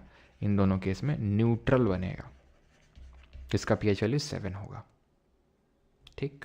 जैसे एग्जांपल मैं कोट कर देता हूँ आपको, जैसे ये मैं ले रहा हूँ सोडियम हाइड्रोक्साइड, ये मैं ले रहा हूँ HCl, ये स्ट्रॉन्ग बेस है, पीएच वैल्यू 14 है, ये स्ट्रॉन्ग एसिड है। जब आप रिएक्ट कराओगे NaCl सोडियम क्लोराइड, तो ये आपका एक बनेगा न्यूट्रल सॉल्ट। लेकिन अगर मैं एक और एग्जांपल ले लूँ, जैसे कि एल्यूमिनियम हाइड्रोक्साइड ले लूँ, ठीक है, और ये वीक बेस है, ठीक है, यहाँ पर मैं ले लूँ HCl को, स्ट्रॉन्ग एसिड है, वीक बेस स्ट्रॉन्ग एसिड, तो ये जो AlCl3 बनेगा ना यहाँ पे, ये आपका होगा, ये होगा एसिडिक सॉल्ट, एसिडिक सॉल्ट होगा, ठीक है, क्योंकि बेस वीक था यहाँ पर, बेस वॉज वीक, इसलिए। अब जैसे मैं CH3COOH ले लूँ एसिटिक एसिड, और मैं ले लूँ NaOH को, सोडियम हाइड्रोक्साइड को, ये कैसा बनेगा, ये बनेगा CH3COONA। अगेन सॉल्ट तो है, लेकिन ये बेसिक सॉल्ट है। क्यों बेसिक सॉल्ट है? क्योंकि स्ट्रॉन्ग बेस और वीक एसिड था। ठीक, आगे बढ़ते हैं और अभी हम सॉल्ट में क्लोर एल्कली प्रोसेस देखते हैं। बहुत बहुत बहुत इंपॉर्टेंट सेक्शन है, 10 स्टार मार्क लगा लो इसमें, 2 महीने 8 अपने आप से लगा लो, ठीक है। तो when electricity is pass through brine it decomposes to form sodium hydroxide, this process is called as chlor alkali process. जब हम ब्राइन में इलेक्ट्रिसिटी पास करवाते हैं तो ये डिकम्पोज होकर सोडियम हाइड्रोक्साइड बना देता है NaOH, और इसको बोलते हैं क्लोर एल्कली प्रोसेस। इसमें कहीं सॉल्ट बना नहीं है, यहाँ पर हमने सॉल्ट का इस्तेमाल करके कुछ बना रहे हैं, बेस बना रहे हैं, लेकिन ये आगे कई सारे सॉल्ट को बनाने में हमारी हेल्प करेगा। सर ब्राइन क्या होता है? ब्राइन ये होता है NaCl का एक्वस फॉर्म। NaCl को क्या बोलते हैं? Table salt, rock salt, common salt बोलते हैं कि नहीं बोलते हैं? ये मैं आपको पहले ही बता चुका हूँ, table salt, rock salt, common salt, इसको हम इसके इन नामों से जानते हैं, जिसको कि हम कैसे प्रोड्यूस करते हैं, कॉमर्शियल तरीके से प्रोडक्शन होता है कि जो समुद्र का पानी होता है उसको सुखा लेते हैं, क्योंकि समुद्र के पानी में नमक होता है, मतलब NaCl होता है, मैग्नीशियम क्लोराइड होता है, ये सब होते हैं, सबसे ज़्यादा NaCl होता है। लैबोरेटरी में तो NaOH और HCl की रिएक्शन करवा दोगे तो भी NaCl मिल जाएगा, लेकिन वो खाने के लिए इस्तेमाल नहीं किया जाता है। तो ये हमारा टेबल सॉल्ट होता है। अब अगर इसका तुम एक्वस फॉर्म ले लोगे, एक्वस मतलब पानी थोड़ा डाल दोगे, तो उसी को ब्राइन बोलते हैं। अब इसमें तुम इलेक्ट्रिसिटी पास कराओगे, यानी इसका इलेक्ट्रोलिसिस करवाओगे। इलेक्ट्रोलिसिस कैसे होता है? एक कैथोड होता है, एक एनोड होता है। ये क्या होगा आपका? ये होगा एनोड, जो पॉजिटिव टर्मिनल है, और ऑफ द बैटरी, और नेगेटिव जो होता है वो हमारा कैथोड होता है। तो जो आपको हाइड्रोजन है और जो सोडियम हाइड्रोक्साइड है, ये दोनों तो मिलेंगे कहाँ पर? ये दोनों तो मिलेंगे आपको कैथोडे में, और ये जो Cl2 है क्लोरीन, ये मिलेगी आपको एनोडे में, ठीक है, एनोड में। क्लोरीन एनोड में और सोडियम हाइड्रोक्साइड और हाइड्रोजन जो आपको कैथोड में मिलेंगे। इसको बोलते हैं क्लोर एल्कली प्रोसेस। क्यों? क्योंकि ये जो होता है क्लोर है और ये जो है आपका एल्कली है, ठीक है। तो क्लोर एल्कली प्रोसेस, क्लियर हो गया? तो ये नाम जो है क्लोर एल्कली ऐसे ही नहीं आया है, क्लोरीन मिल रही है और एल्कली। अभी हमने देखा था water alkali, alkalis are those bases which dissolve in water. तो जो सोडियम हाइड्रोक्साइड है, it is an alkali because it dissolves in water. जैसे मैं ले लूँ मैग्नीशियम हाइड्रोक्साइड, जो एंटासिड पढ़ रहे थे, वो पानी में डिजॉल्व नहीं होता है सर, वो पानी में डिजॉल्व नहीं होता है। तो आप सोचेंगे कि सर पेट में हम जो खाते हैं एंटासिड के तौर पे, तो वो घुलता ही नहीं होगा। नहीं, घुल जाता है वो, क्योंकि पेट में हमारा बहुत ज़्यादा एसिड है ना, HCl एसिड रिलीज हुआ, तभी तो हमने उसको खाया है। तो उसको तोड़ देगा, न्यूट्रलाइज कर देगा उसको, ठीक है, एक दूसरे को। जैसे हम इनो खाते हैं, तो इनो क्या बेस है, तब कब खाते हैं? जब बहुत ज़्यादा एसिडिटी हो जाती है, ठीक है। तो ये एल्कली होता है, पानी में घुल जाता है तुरंत। समझिए आप क्लोर एल्कली प्रोसेस पूरी तरीके से। अब हम देखेंगे कि ब्लीचिंग पाउडर क्या होता है। तो अभी हमने देखा जो क्लोरीन गैस हमें मिली यहाँ से क्लोर एल्कली प्रोसेस से, उसकी रिएक्शन अगर हम स्लेक्ड लाइम से करवाएंगे, किससे? स्लेक्ड लाइम से, बुझे हुए चूने से, तो क्या मिलेगा? इसको बोलते हैं bleaching powder, also known as calcium oxychloride, और इसी को हम बोलते हैं कैल्शियम हाइपो मतलब एक, हाइपोक्लोराइड नहीं, क्लोराइड, ठीक है, क्लोराइड, हाइपोक्लोराइड। क्लोरिनेटेड लाइम बोलते हैं, produced by action of chlorine on dry slaked lime से प्रोड्यूस होता है। क्या यूजेस होते हैं? तो इसके यूजेस मल्टीपल होते हैं, जैसे कि इसको टेक्सटाइल इंडस्ट्री में यूज़ करते हैं, पेपर इंडस्ट्री में यूज़ करते हैं। क्यों यूज़ करते हैं? क्योंकि ये नाम ही है ब्लीचिंग पाउडर, ब्लीच कर देगा। अब लड़कियों को तो क्या ही बताना ब्लीच का मतलब, लड़कों तुम्हें एक्सप्लेन कर देता हूँ मैं बेटा, वैसे पता तो तुम में से कुछ लोगों को, लड़कों को भी होगा। ब्लीच का मतलब होता है कि कोई रंग को छुटाना, काइंड ऑफ। जैसे अब जो कपास जो हम कॉटन का यूज़ करते हैं घरों में, वो प्योर इतनी जितनी वाइट दिखती होती नहीं है, उससे कलर को वो किया जाता है, ठीक है। अब लड़कियों को मैंने क्यों बोला? क्योंकि कुछ लड़के भी आजकल काफ़ी ज़्यादा टिकटॉक और ये सब इंस्टाग्राम वगैरह देख के, है ना, क्योंकि होता क्या है कि जैसे आप ब्लीचिंग करवा लो अपने फेस में तो क्या होता है, आई थिंक कुछ ऐसा होता है, कुछ लगा दिया जाता है, और ब्लीचिंग से क्या होता है कि जो बाल होते हैं उनका जो नेचुरल कलर होता है काला, वो काले से गोल्डन हो जाता है और आप गोरे गोरे अपीयर होते हैं, ठीक है, आप गोरे लगते हैं थोड़े से, तो वो होता है ब्लीचिंग, ठीक है, उसको हम बोलते हैं ब्लीचिंग, है ना। तो ये ब्लीचिंग क्या करता है, डीकलरेशन कर देता है चीज़ों को, जैसे हमारे बालों का डीकलरेशन हो गया। जब पेपर बनता है तो पेपर वाइट होता है, वो किससे बनता है, वुड पल्प से बनता है, वुड पल्प से बनता है, तो उसका एक्चुअल में कलर हटा के उसको वाइट कलर में लाने में इसका काम होता है, लॉन्ड्री में यूज़ करते हैं भाई इसको, ठीक है, as an oxidising, powerful oxidising agent के तौर पे यूज़ होता है। क्यों? क्योंकि इसमें जो ऑक्सीजन है ये किसी को दे देगा और उसको कर देगा ऑक्सीडाइज, यानी कि ऑक्सीडाइजिंग एजेंट के तौर पे काम कर रहा है, क्योंकि दूसरे को क्या कर रहा है, दूसरे को ऑक्सीडाइज कर रहा है ये, इसलिए, ठीक है। As disinfectant for cleaning drinking water, disinfectant के तौर पे, यानी अगर जो पानी है उसमें हमारे माइक्रो ऑर्गेनिजम्स आ गए हैं तो उसमें डाल देते हैं। तो ये जो क्लोरीन है ये गैस जो होती है प्योरीफिकेशन के लिए यूज़ की जाती है। क्लोरीनेटेड वाटर आपने सुना होगा, क्लोरीनेटेड वाटर अच्छा होता है क्योंकि क्लोरीन जो होती है मार देती है, जैसे पानी की टंकियाँ होती गाँव में आपने सुना होगा, क्लोरीन डाला गया, ब्लीचिंग पाउडर डाला गया, उसको डिसइंफेक्ट करने के लिए डाला जाता है वाटर को, ठीक है, क्लियर। अब आते हैं बेकिंग सोडा, खाने वाला सोडा, ये होता है NaHCO3, क्या होता है, NaHCO3, सोडियम हाइड्रोजन कार्बोनेट होता है ये आपका, इसी को बोलते हैं baking soda, it is a common name, baking soda is a common name. अब कैसे मिलता है, नमक ले लो, पानी डाल दो, CO2 फूंक मार दो और अमोनिया थोड़ी सी, ठीक है, क्या मिल जाएगा, तुरंत मिल जाएगा तुमको बेकिंग सोडा, NaHCO3, और क्या मिल जाएगा, अमोनियम क्लोराइड। लेकिन अगर थोड़ी देर बाद तुम देखोगे तो तुम्हें क्या होगा, कई बार NaHCO3 मिलेगा, ये मिलेगा ही नहीं देखने को, क्यों नहीं मिलेगा बताओ तो जरा। मैंने बोला कि जब ये रिएक्शन तुम करवाओगे तो ये दो चीज़ें मिलेंगी, मिलती हैं दो चीज़ें, लेकिन कभी कभी होता है कि तुमने इस रिएक्शन को करवाया किसी, ठीक है, साइंटिस्ट ने करवाया किसी ने भी, और वो कुछ खाने पीने चला गया, कहीं चला गया, उसको पता चला NaCO3 बना, NH4 स्किल कहाँ गायब हो गया, कहाँ गायब हो गया। तो एक्चुअल में ये होता है, हमने पढ़ा था अगर आपको याद हो मिक्सचर वाले चैप्टर में, कि सबलाइम कंपाउंड होता है, यानी कि ये सॉलिड से गैस में डायरेक्टली कन्वर्ट हो जाता है, नहीं देखने को मिलेगा, उड़ जाएगा, वेपराइज हो जाएगा। याद आया आपको, बाई प्रोसेस ऑफ सब्लिमेशन हम सेपरेशन टेक्निक का यूज़ कर रहे थे। क्यों, चैट देख कर हेडेक, तो भाई चैट मत देखिए अगर किसी को हेडेक हो रहा है तो, चैट देख के उड़ जाता है, बिल्कुल सही, वोलेटाइल नेचर का होता है, जैसे हमारा नैप्थलीन होता है, हमारा कैम्फर होता है, ठीक है। तो what happens when baking soda is heated, जब बेकिंग सोडा को हीट करते हैं ना, गर्म करते हैं, तो ये डिकम्पोज हो जाता है, सोडियम कार्बोनेट मिलता है, पानी और CO2 गैस मिलती है।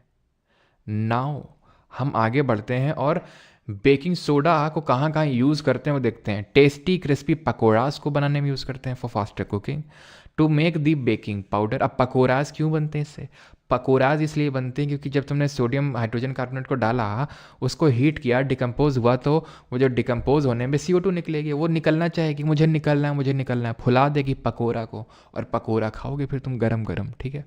To make baking powder, baking powder क्या होता है, mixture of baking soda plus mild edible acid like tartaric acid. जैसे कि टार्ट्रिक एसिड किस में मिल रहा था, क्या ऑर्गेनिक सोर्स था, जरा बताइए जल्दी से टार्ट्रिक एसिड का।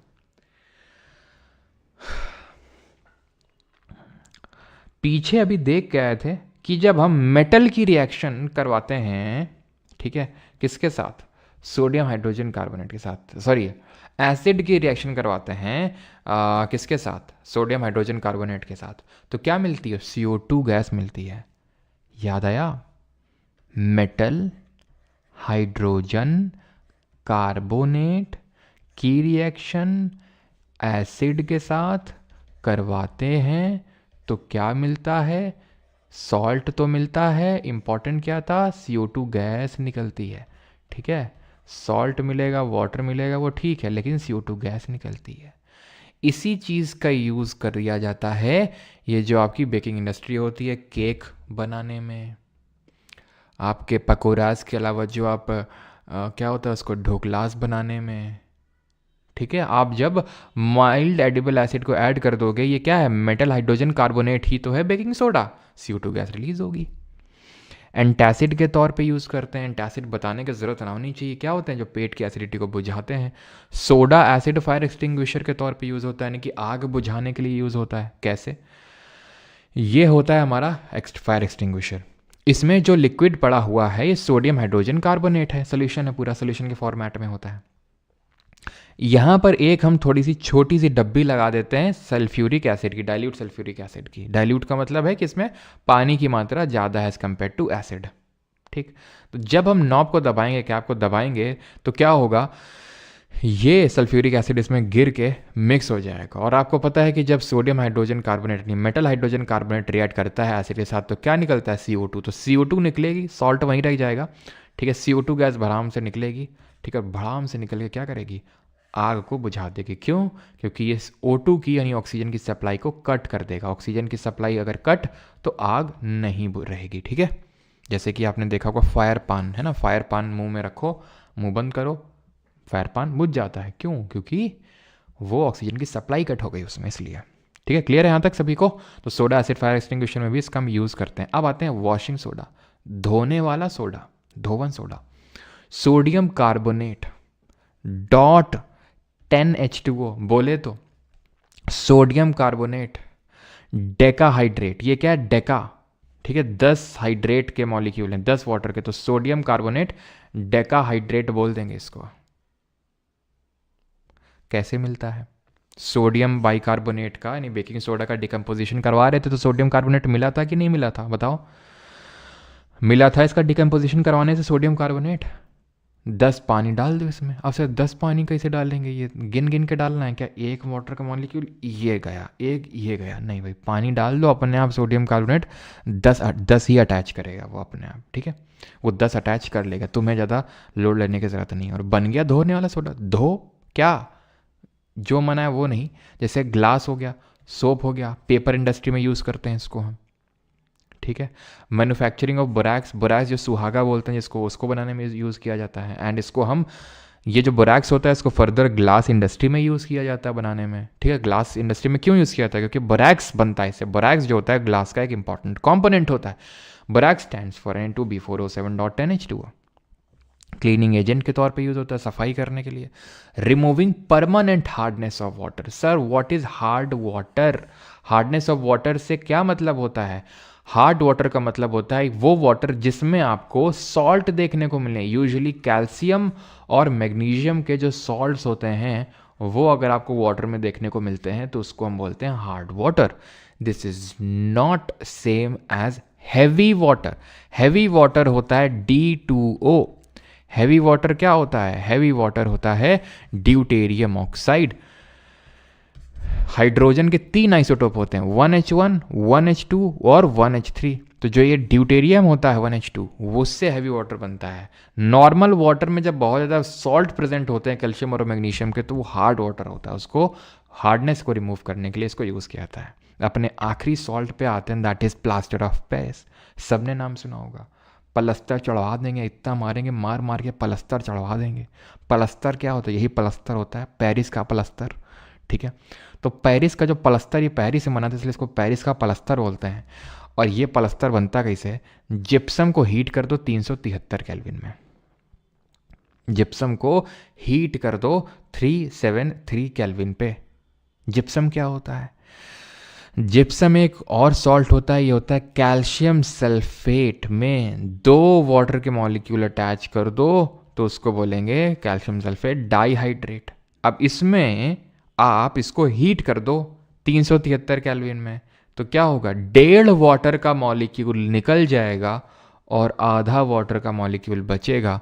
इसी को पेरिस का पलस्तर बोलते हैं, प्लास्टर ऑफ पेरिस। ठीक, कैल्शियम सल्फेट हेमीहाइड्रेट, हेमी मतलब आधा हाइड्रेट। ये एक वाइट पाउडर होता है, लेकिन पानी में मिलने पे ये जिप्सम में बदल जाता है। क्लियर है ये बात? पेरिस का जो पलस्तर है, इसमें अगर फिर से तुमको जिप्सम बनानी है तो जो 3/2 तुमने हटा के पेरिस का प्लास्टर बनाया था, फिर से जोड़ दो तो फिर से जिप्सम बन जाएगा। और इसको हम यूज़ कहाँ करते हैं जिप्सम को? सॉइल की एल्कलिनिटी को ट्रीट करने के लिए, अगर सॉइल में बहुत ज़्यादा सॉल्ट की मात्रा, फिर बहुत ज़्यादा बेसिक उसका पीएच हो गया है। तो पीओपी का आपको पता है कहाँ यूज़ करते हैं? फ्रैक्चर्ड बोन्स में, बोन्स का स्ट्रक्चर मेंटेन करने के लिए, बिकॉज बोन अगर मूव नहीं करेगी तो अपने आप जुड़ जाती है, तो मूव ना हो इसलिए इसको लगाते हैं। खिलौने बनाने में, डेकोरेटिव मटेरियल बनाने में, इन सब में यूज़ करते हैं। Note, it is always stored in the moisture proof container because it will absorb the moisture and will form the hard gypsum. अगर तुम पेरिस, प्लास्टर ऑफ पेरिस को खुले में रख दोगे तो क्या करेगा? वाटर का मॉलिक्यूल लेगा और जिप्सम बना देगा, जो बहुत हार्ड होगा, जो किसी यूज़ का फिर हमारे नहीं रहेगा। ठीक है, क्लियर इतनी चीज़। अब हम कुछ और अदर सॉल्ट देख लेते हैं एट दी एंड कि हमारे कुछ और सॉल्ट क्या होते हैं, उसके बाद हम लगाएंगे यहाँ पर क्वेश्चन। ठीक है, तो सबसे पहला सॉल्ट तो है यहाँ पर आप जो देख पा रहे होगे, and that is blue vitriol.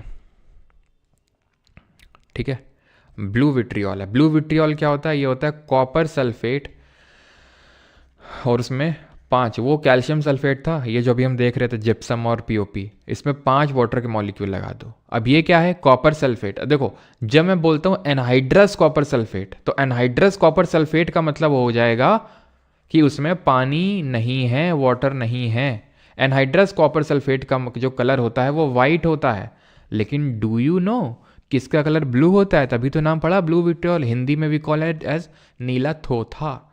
जब भी अगर बोला जाता है कि जब भी मुंह में छाले हो जाएं तो इस नीले थोथे को थोड़ा लगा लो, क्योंकि बड़ा बेसिक नेचर का होता है, तो आपका क्या हो जाएगा? जो छाला है वो थोड़ा सा क्योर हो जाता है। ठीक है, ग्रीन विट्रियोल, नीला वाला थोथा, ये होता है आपका FeSO4.7H2। हमारे केमिस्ट्री वाले सर सेवन बोलते थे, तो हम फिर बोलते थे दूध दही का सेवन कर लो। वाइट विट्रियोल, जिंक सल्फेट.7H2O। ठीक है, मोहर्स सॉल्ट क्या होता है? लेकिन उससे पहले एप्सम सॉल्ट लिखवा देते हैं आपको। एप्सम जी का सॉल्ट क्या होता है? थोड़ा आसान होता है, ये होता है MgSO4 मैग्नीशियम सल्फेट.7H2O। ठीक है, और मोहर सॉल्ट क्या होता है?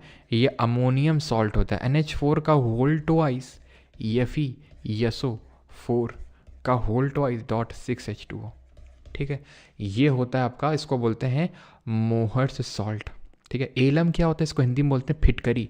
ये होता है पोटेशियम एल्यूमिनियम सॉल्ट। ठीक है, एग्जैक्टली तो रट्टा मत मारो फॉर्मूले का, लेकिन ये पता होना चाहिए कितने वाटर के मॉलिक्यूल्स हैं।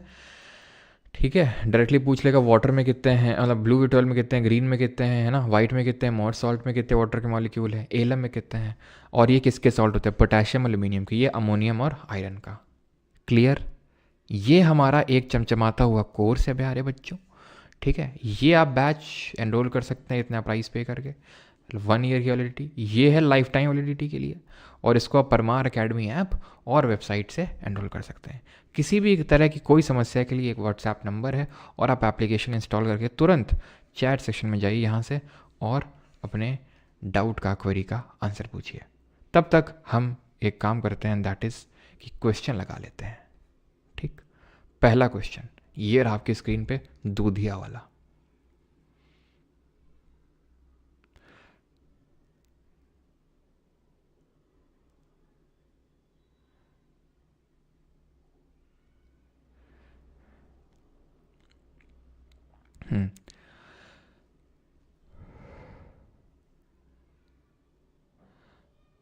चलो भाई, तो अभी आते हैं यहाँ पर। A milkman adds a small amount of baking soda to milk, this makes the pH of the milk strongly alkaline, weakly alkaline, strongly acidic या फिर वीकली एसिडिक। तो हमने देखा था इस किस तरह से बनाएगा, ये वीकली अल्कलाइन, अल्कलाइन मतलब वही बेसिक। ठीक है, तो ऑप्शन नंबर बी यहाँ पर सही आंसर होगा। हम यहाँ पर करने वाले हैं काफ़ी सिलेक्टेड क्वेश्चन, बिकॉज आज आई थिंक एक सेकंड देखना पड़ेगा कितने क्वेश्चन हैं, उसी हिसाब से थोड़ा देखते हैं। आई थिंक ज़्यादा होंगे आज, काफ़ी ज़्यादा क्वेश्चन हैं। देख रहे हो कितने क्वेश्चन है? 90 क्वेश्चन है। तो 90 में हम कुछ लगा लेते हैं, देन शाम को जैसे हम रोज़ करते हैं बैच में, ठीक है, एप्लीकेशन पे, तो वो करेंगे। ठीक है, कुछ अभी लगा लेते हैं, देन आपके लिए होमवर्क रहेंगे, आप प्रैक्टिस करेंगे, उसके बाद हम लोग शाम को मिलते हैं लगाने के लिए। ठीक है, which of the following makes bread soft and spongy when baking soda is added? जो जब बेकिंग सोडा को ऐड करते हैं तो क्यों हमारा ब्रेड सॉफ्ट और स्पॉन्जी बन जाता है? Sodium salt of acid, sodium hydrogen carbonate की वजह से, CO2 FrH2O की वजह से।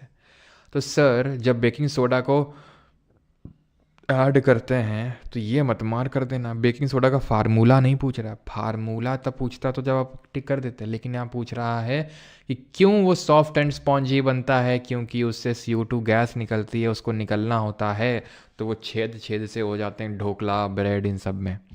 बोरैक्स किससे प्रिपेयर किया जाता है, तो देखा था किससे, सोडियम कार्बोनेट से। दिखा दें, देख लो, तभी तो उसको यूज़ कर रहे थे कहाँ पर, ग्लास इंडस्ट्री में। देख लो, धोने वाला सोडा बोरैक्स Na2B4O7 यूज़ करते हैं किसका, वॉशिंग सोडा का, सोडियम कार्बोनेट का।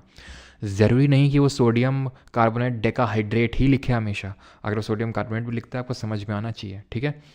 The gas generated on reacting zinc with dilute sulphuric acid is, तो जब जिंक की रिएक्शन करवाते हैं डाइल्यूट सल्फ्यूरिक एसिड के साथ तो क्या मिलता है, तो हमें मेटल प्लस एसिड मैश, ठीक है, metal plus acid gives salt and hydrogen, तो option number C. An aqueous solution of salt is known as brine, this salt is, तो कौन सा, किस सॉल्ट का एक्वस सोल्यूशन को ब्राइन के नाम से जाना जाता है।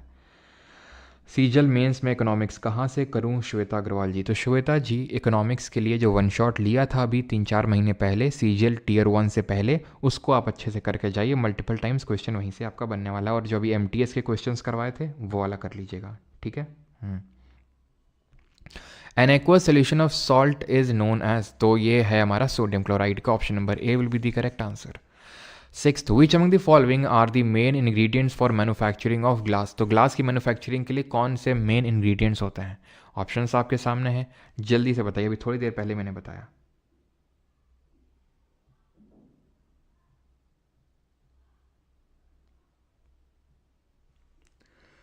मानसी यादव जी, कुछ ही मतलब कल लास्ट लेक्चर होगा केमिस्ट्री का, दिन एक दिन का आपको ब्रेक मिलेगा सो दैट आप केमिस्ट्री को समराइज़ कर सकें, और उसके बाद हम लोग करेंगे। वैसे तो हम लोग 1 जनवरी से स्टार्ट करना था, लेकिन इतना हम वेट नहीं करेंगे स्टार्ट करने के लिए। अभी 1 हफ्ता है हमारा दिसंबर ख़त्म होने में, तब तक तो हमारा काफ़ी कुछ हो जाएगा हिस्ट्री में भी, है ना। चलिए स्टार्ट करते हैं। और ये क्या हम पूछा था, ग्लास की मैन्युफैक्चर में, तो अभी देखा था बोरैक्स का तो यूज़ करते ही करते हैं, और बोरैक्स को बनाने में सोडियम कार्बोनेट का यूज़ करते हैं, तो ऑप्शन नंबर फर्स्ट यहाँ पर सही आंसर हो जाएगा, ठीक है। आपको सिर्फ यही आइडेंटिफाई करना था। Which of the following naturally occurring acid is found in abundance in tomato, oh oxalic acid, acetic acid किस में होता है, विनेगर में। और ध्यान रखिएगा सर एंड मैडम कि विनेगर में सिर्फ 5 to 8% एसिटिक एसिड होता है, ऐसा नहीं कि पूरा विनेगर सिरका एसिटिक एसिड से ही बनता है। एसिटिक एसिड अपने आप में एक वीक एसिड होता है। Citric acid citrus fruits like lemon में होता है। टार्ट्रिक एसिड जैसे कि आपका टैमरिंड, यानी कि जो इमली हो गई, टी से टार्ट्रिक, टी से टैमरिंड, जो आपके अंगूर खट्टे हैं, क्यों खट्टे हैं, क्योंकि टार्ट्रिक एसिड है। Which of the following is used in soda acid fire extinguishers, तो सोडा एसिड फायर एक्सटिंग्विशर में किसको यूज़ करते हैं, CDS 2021, NaCl, NaHCO3, CH कोहल toys, या फिर एसिटिक एसिड, तो यूज़ करते हैं सोडियम हाइड्रोजन कार्बोनेट यानी बेकिंग सोडा को। CDS 2021, which of the following sodium compound is use for softening hard water, तो किसको हम यूज़ करते हैं भाई, धो दो पानी को, धो दो यानी धोने वाले सोडे से, यानी वॉशिंग वाले सोडे से। ये तो बेकिंग खाने वाला है, इससे परमानेंट हार्डनेस ऑफ वाटर क्यों कम करेंगे, इससे तो पेट की एसिडिटी को बुझाएंगे, एंटासिड के तौर पर यूज़ करेंगे, बेकिंग पाउडर बनाएंगे फ्लफ़ी बनाने के लिए केक को, इससे हम आग बुझाएंगे, ठीक। विच of the following statements about universal indicator is और आर ट्रू, तो इनमें से कौन सा स्टेटमेंट सही है यूनिवर्सल इंडिकेटर के बारे में, ठीक है श्वेता जी। वो 15 मिनट तो रहेगा ही रहेगा, आप कर सकते हो आराम से, थोड़ा सा स्पीड इन अप करके। तो यहाँ पर देखिए यूनिवर्सल इंडिकेटर जो मैं आपको बता रहा था, ठीक है, वही pH की तरह ही होता है।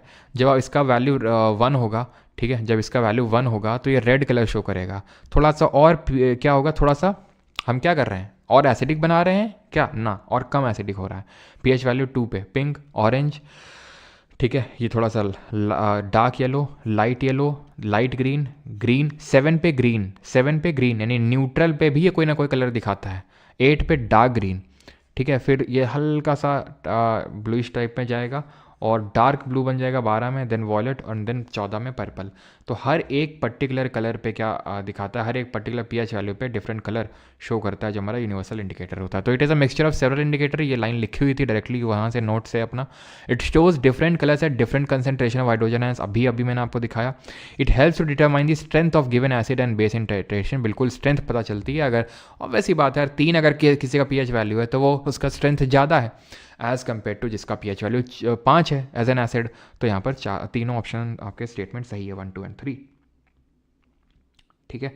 हेलो सर, क्या दिल्ली पुलिस कांस्टेबल की जीके के लिए सफिशिएंट रहेगा क्या ये बैच? Please reply. बिल्कुल सफिशिएंट रहेगा हैप्पी जी, कोई दिक्कत वाली बात नहीं है, ठीक है। Which of the following acid is secreted by leaves of nettle that causes painful sting? तो पेनफुल स्टिंग क्यों होते हैं? कौन सा यहाँ पर एसिड सेक्रेट होता है? तो फॉर्मिक एसिड। वो तो ऑप्शन में है ही नहीं, लेकिन मेथेनोइक तो है ना, जबकि वही होता है। मेथेनोइक बोलो चाहे फॉर्मिक एसिड बोलो आप, ठीक। Now consider the following statement which are correct. All the bases are alkali. सारे बेसेज ही एल्कली होते हैं। All alkali dissolve in water. तो all bases are not alkali because all bases do not dissolve in water.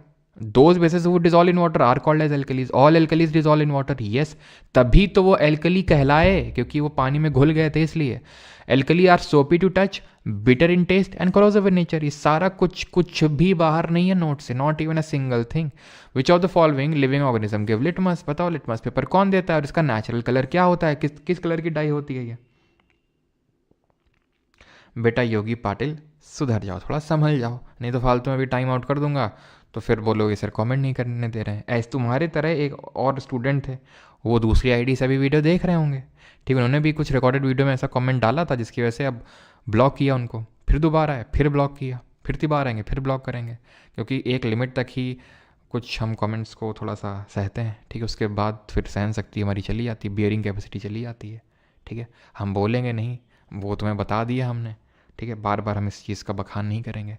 Protozoa, virus, लाइचेन या फिर saccharomyces, तो ये होता है हमारे लाइचेन या फिर लाइकेन, ठीक है. लाइकेन से बनता है एल से लिटमस और एल से लाइकेन. ये हमारा जो होता है पर्पल कलर का डाई होता है ये.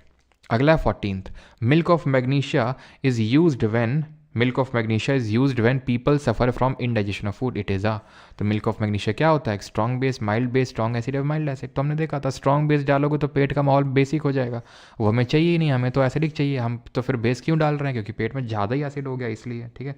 Mild base. सफ़र नेहा जी 6:30 या फिर 6:15 पे स्टार्ट होता है ना. चलिए अगला है, that is what is the chemical composition of a soda acid type fire extinguisher. तो केमिकल कॉम्पोजिशन क्या होता है, किससे मिलके बना होता है, बताइए जल्दी से. यस, दिव्य शक्ति सही है. जो लाइचेन या फिर लाइकेन होता है, एक नेचुरल इंडिकेटर के तौर पे भी एक्ट करता है. वो जब हमारा क्लाइमेट चेंज होता है, पोल्यूशन में वो वो अपने कलर को चेंज कर लेता है.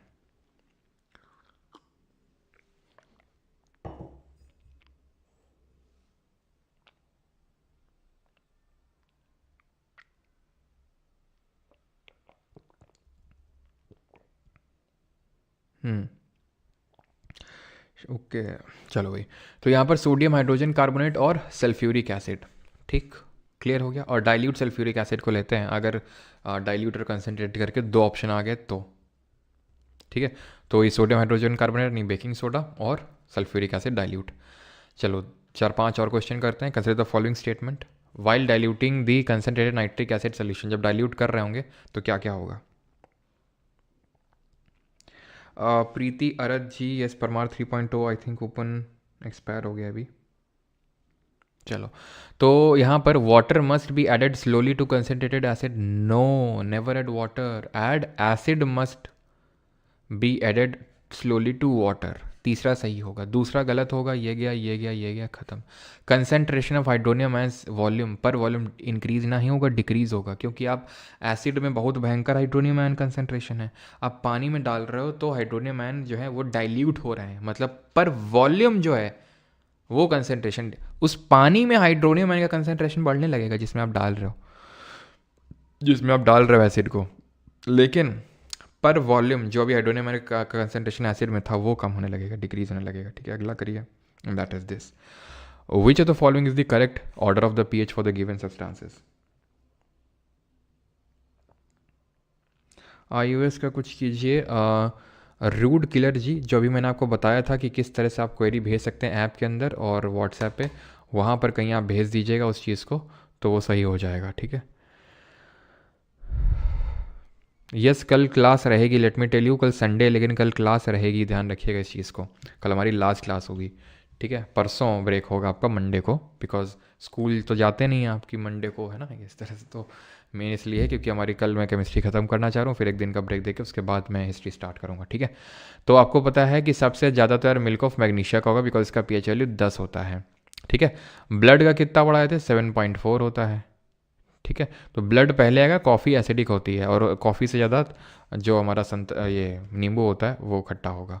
नॉट करेक्ट, इनमें से कौन सा सही नहीं है। Hydrochloric acid is present in the gastric juice secrete by the stomach, तो क्या ये आपका गैस्ट्रिक जूस जो स्टमक से सेक्रेट होता है उसमें प्रेजेंट होता है? यस।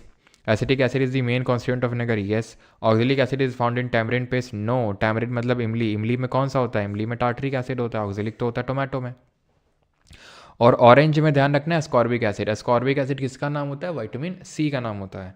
19th क्वेश्चन करिए।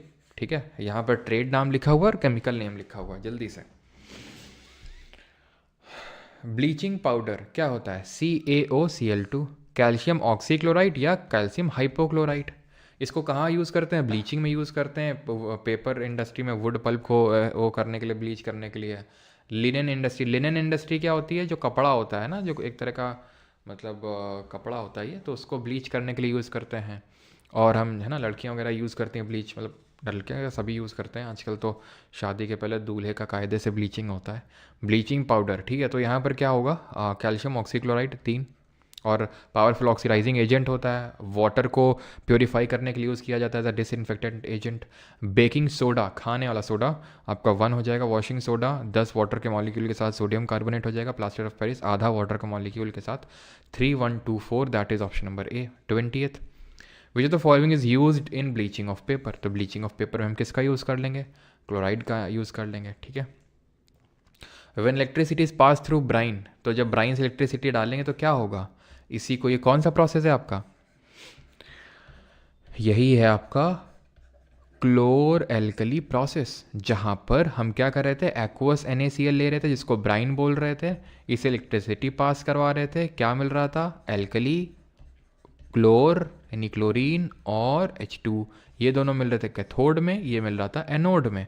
तो electricity is pass through brine, it produces sodium hydroxide, option number B. Which of the following compound is present in antacid, tablets और medicine which are use to cure indigestion and acidity in stomach, तो indigestion और acidity को treat करने के लिए किसका use करते हैं, सोडियम हाइड्रोक्साइड होता है उसमें, पोटेशियम हाइड्रोक्साइड होता है, लिथियम हाइड्रोक्साइड होता है, फिर एल्यूमिनियम हाइड्रोक्साइड, तो इसमें होता है aluminium hydroxide.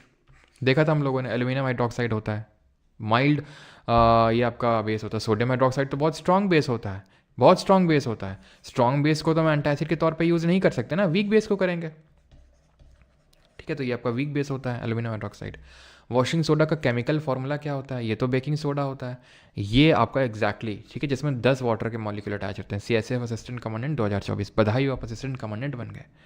A solution has a pH value of 13, the solution में बी कॉल्ड एज, तो क्या होगा, ये होगा आपका एक स्ट्रॉन्ग बेस, क्योंकि pH वैल्यू जो है 14 तक ही जाती है, और 13 ये वैल्यू यानी कि बहुत भयंकर और स्ट्रॉन्ग बेस है ये। ठीक है। NaCl is not used as a raw material for preparation of which of the following compound, NaCl को एज अ रॉ मटेरियल हम किसके प्रिपरेशन में यूज़ नहीं करते हैं, bleaching powder, baking soda, plaster of Paris, या फिर washing soda. Sir SSC question कराइए भैया, क्वेश्चन तो क्वेश्चन होए, चाहे SSC का हो चाहे मतलब NDA CDS का हो, है ना। तो अभी जो हमने पढ़ा ऐसा कुछ अलग तो लग नहीं रहा आपको, सब वही कॉमन ही क्वेश्चन है, ये SSC के भी करेंगे। ठीक है, या चलो SSC के 5 पहले इसका आंसर बता देते हैं। तो भाई प्लास्टर ऑफ जो पेरिस होता है ये आपका कैल्शियम सल्फेट होता है, कहीं पे Na और Cl कहीं है, ब्लीचिंग पाउडर में तो Cl है, CaOCl2, क्लोरीन है, तो क्लोरीन जो क्लोरो एल्कली प्रोसेस से मिलता है, जब इसका एक्वस फॉर्म लेते हैं, क्लोरो एल्कली प्रोसेस करवाते हैं तो क्लोरीन मिलती है, और जब स्लेग्ड लाइम की रिएक्शन क्लोरीन से करवाते हैं तो ब्लीचिंग पाउडर मिलता है। Baking soda, sodium hydrogen carbonate, बिल्कुल वैसे ही हम कर रहे थे। ठीक है, NaCl ले रहे थे, NH3 ले रहे थे, CO2 ले रहे थे, H2O डाल रहे थे, तो hमें ये मिल रहा था और अमोनियम क्लोराइड मिल रहा था, और NO2 CO3 तो बनता ही बेकिंग सोडा से है। ठीक है, चलो, तो ये कुछ क्वेश्चन थे, ये सब हैं आपके 40 तक होंगे आई थिंक, क्या, हाँ 40 तक हैं। ठीक है, एनाइड्रस COSO4 का कलर क्या होता है, सब पढ़ा हुआ है अभी। एनाइड्रस का क्या होता है कलर, बताओ जल्दी से। एनाइड्रस का कलर होता है वाइट, और अगर यही हाइड्रस हो जाता तो क्या कलर होता, हाइड्रस का मतलब ब्लू विट्रियल। ठीक है, ठीक है, कल UPPCS का पेपर है क्या, चलो, तो ये क्या होता है, ब्लू कलर का होता है। ठीक है, तो आई थिंक क्वेश्चन अब हम लोग करेंगे शाम को। ठीक है, अब आप यहाँ से क्वेश्चन को करेंगे। ठीक है, जितने भी क्वेश्चंस हैं, इसके बाद नहीं होगा तो हम लोग ठीक है, इसके बाद हम लोग करेंगे कब, कब करेंगे, कब करेंगे, तो अभी कर लें क्या, अभी कर लें क्या इनको ख़त्म। सर फिज़िक्स करवा देना, फिज़िक्स नहीं यार, हिस्ट्री होगी अभी, ठीक है।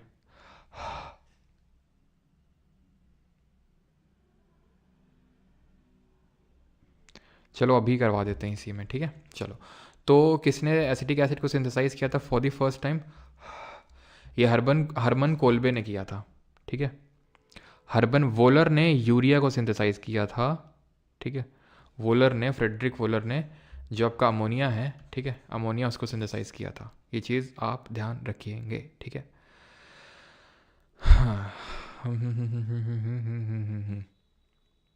बर्थलॉट की अगर बात करेंगे तो इन्होंने यूरिया हो गया, ठीक है, इन्होंने यूरिया वगैरह को सिंथेसाइज किया था, और इन्होंने मेथेन प्रिपेयर किया था, अगर पूछेगा भी तो मेथेन वगैरह को।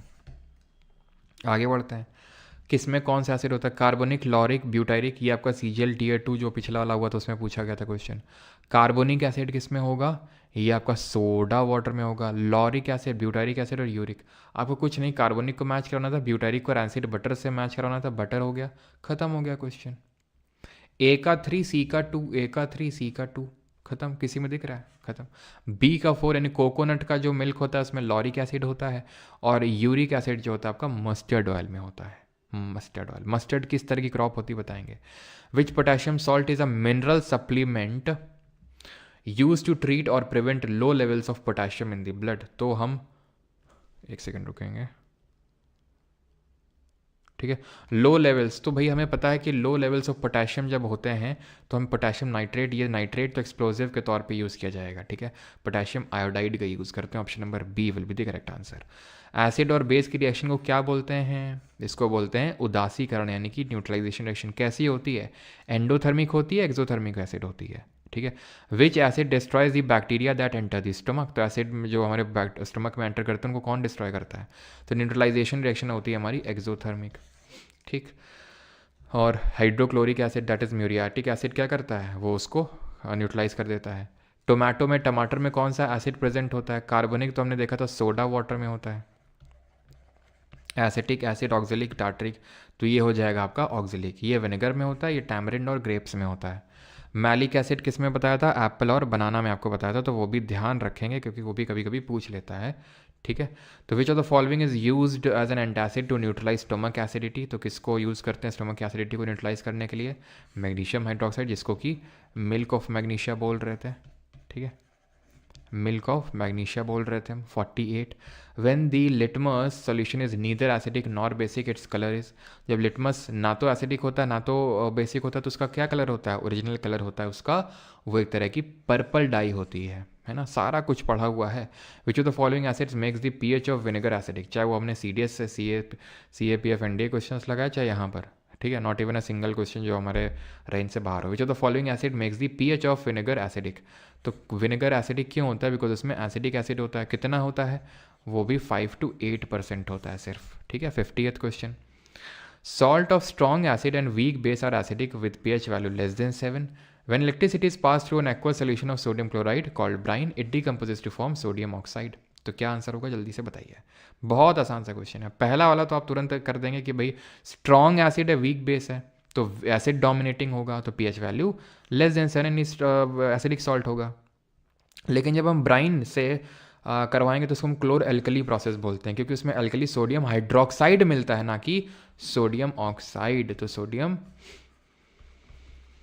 हाइड्रोक्साइड मिलता है, ठीक है। तो only 1। Which of the following bases is found in lime water, तो लाइम वाटर में कौन सा बेस मिलता है, COH का whole twice calcium hydroxide. Which of the following pollutant is responsible for the acidification of oceans, जो हमारे ocean acidification होता है क्यों होता है वो, मतलब विच ऑफ द फॉलोइंग पॉल्यूटेंट तो यार इसमें कोई नहीं है, मरीन एल्गे को हम बोल सकते हैं, ठीक है, जिसके से ओशन एसिडिफिकेशन होता है। ओशन एसिडिफिकेशन होता है जब कार्बन डाइऑक्साइड की मात्रा बहुत ज़्यादा बढ़ जाती है, एनवायरमेंट इकोलॉजी में पढ़ेंगे हम, ठीक है। अगला है नॉट यूज, इनमें से किसका इस्तेमाल नहीं करते हैं बेकिंग सोडा बनाने के लिए, ठीक है। भैया सोरेंसन जी ABC वो बताए तो थे, सो रहे थे क्या आप उस समय, सोरेंसन जी ने pH स्केल दिया था, है ना। चलो, तो not use to prepare baking soda. तो हम क्या करते हैं, हम करते हैं भैया NaCl में H2O डालते हैं, NH3 डालते हैं, ठीक है, NH3 डालते हैं, CO2 डालते हैं, और तब हमें मिलता है क्या, सोडियम हाइड्रोजन कार्बोनेट। और जब हम सोडियम हाइड्रोजन कार्बोनेट को क्या करवाते हैं, सोडियम हाइड्रोजन कार्बोनेट मिलता है और अमोनियम क्लोराइड मिलता है। जब इसका डिकम्पोजिशन करवाते हैं तो क्या मिलता है, ये सोडियम कार्बोनेट मिलता है, ठीक है, और CO2 गैस निकलती है। The iodine value of oil and fat is, ठीक है, अमोनिया अमोनिया अमोनिया, बिल्कुल अमोनिया नहीं होगा भैया, अमोनिया तो था ना, अमोनिया तो था। चलो भाई अगला क्वेश्चन करो। Iodine value of oil and fat indicates, क्या इंडिकेट करता है आयोडीन वैल्यू?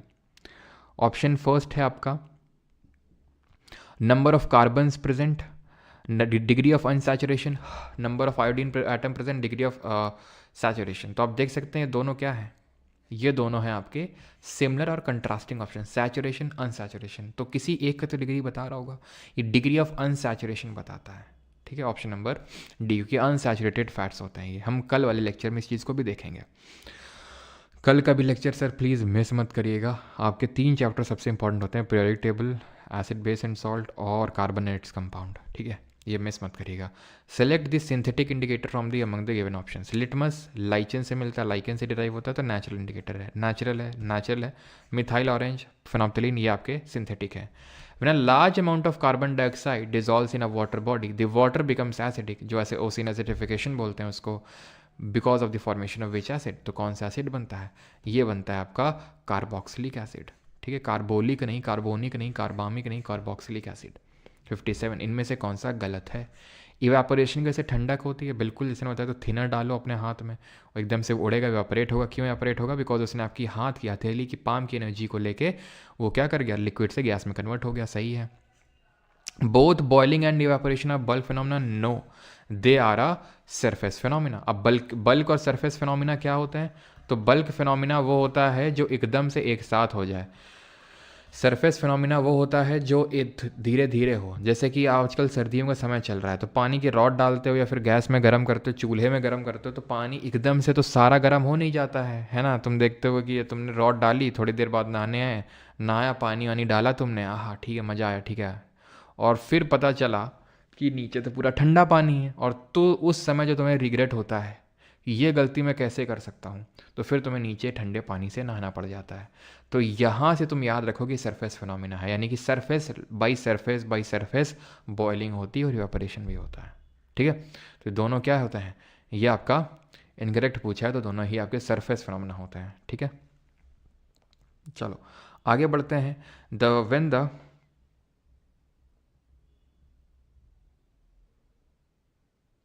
SSC के क्वेश्चन बहुत हार्ड लगते हैं इंडिया वाले से। व्हेन द pH वैल्यू में दोनों करवा देता हूँ आपको, जो हार्ड और जो इजी लगे आपको। इनको याद कैसे करें, किसको याद कैसे करें शानी भैया, कैसे किसको याद करें? थोड़ा बहुत तो याद करना पड़ेगा ना, ऐसा तो है नहीं कि ऐसा तो है नहीं कि लेक्चर में सब अंदर चला जाएगा दिमाग में। When the pH value of soil is more than 7.5 they are considered to be alkaline soil. 59th what is the primary acid found in citrus fruit like oranges lemon. सब आसान तो हैं, कौन से ऐसी कौन से टफ हैं, इक्का दुक्का बीच में हो गया तो ठीक है। तो ऑरेंजेस और लेमन्स में आपका कौन सा होगा, एसिटिक एसिड होगा, ठीक है। ऑरेंजेस में एस्कॉर्बिक एसिड भी होता है, ऐसा नहीं कि सिर्फ एक ही एसिड होता है किसी पर्टिकुलर चीज़ में, मल्टीपल एसिड होते हैं, ठीक है।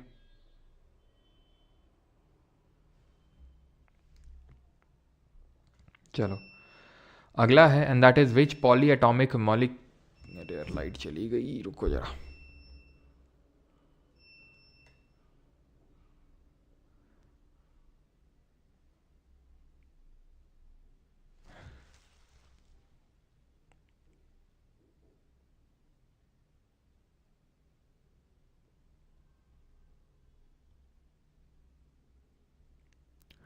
चलो तो which polyatomic ionic compound is white crystalline powder use in fire extinguisher and to neutralise acid, क्या चीज़ 57 बी भी सही होगा, मतलब सी, एक second,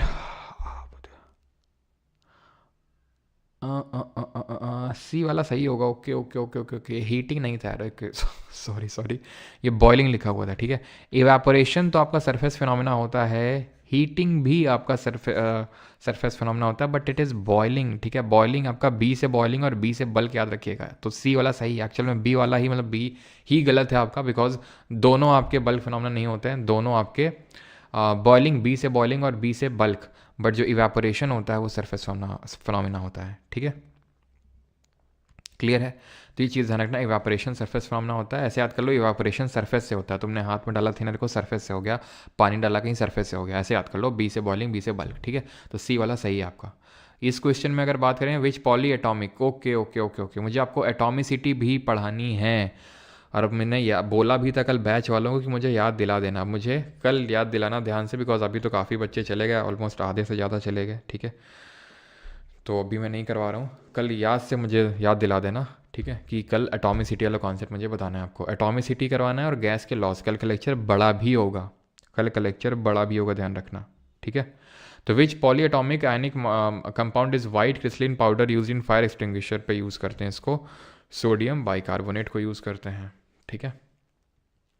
which of the following gases, और ये जो सोडियम थायोसल्फेट है ना, इसको हम फोटोग्राफी में यूज़ करते हैं, जैसे सिल्वर ब्रोमाइड, सिल्वर क्लोराइड को नहीं यूज़ कर रहे थे ब्लैक एंड वाइट फोटोग्राफी में, तो ऐसे सोडियम थायोसल्फेट को भी यूज़ करते हैं, Na2 S2O7 ऐसे करके इसका फॉर्मूला होता है, ठीक है।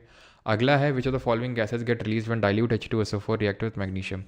तो मेटल है, एसिड के साथ रिएक्ट कर रहा है, तो कौन सी निकलेगी, मैश हाइड्रोजन गैस निकलेगी, ठीक है।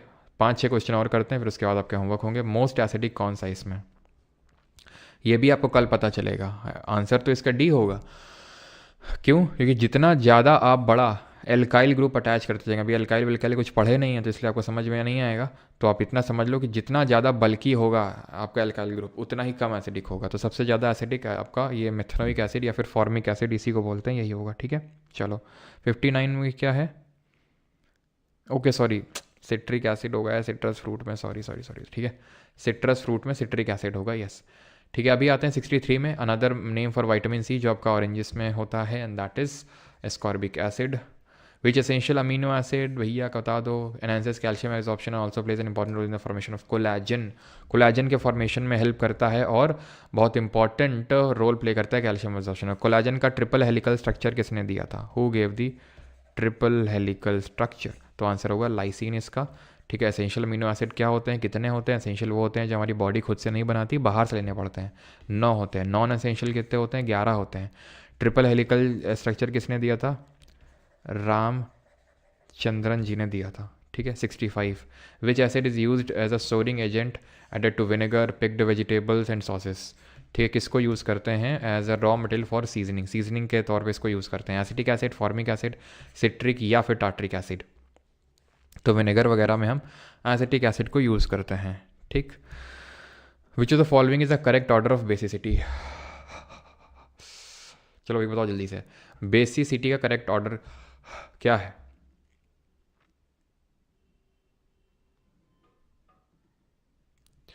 तो भैया देखो ये हमारे कहाँ के हैं, ये हैं हेलिना, एल्कली ग्रुप, एल्कली मेटल्स हैं, ठीक है। हेलिना कब्र से फरार, अब हमें भी पता है, ठीक है, कब्र से फरार की जो मेटल के ऑक्साइड होते हैं बेसिक नेचर के होते हैं, कौन सा ज़्यादा बेसिक होगा, कौन सा कम होगा, तो ये ज़्यादा बेसिक होगा, ठीक है।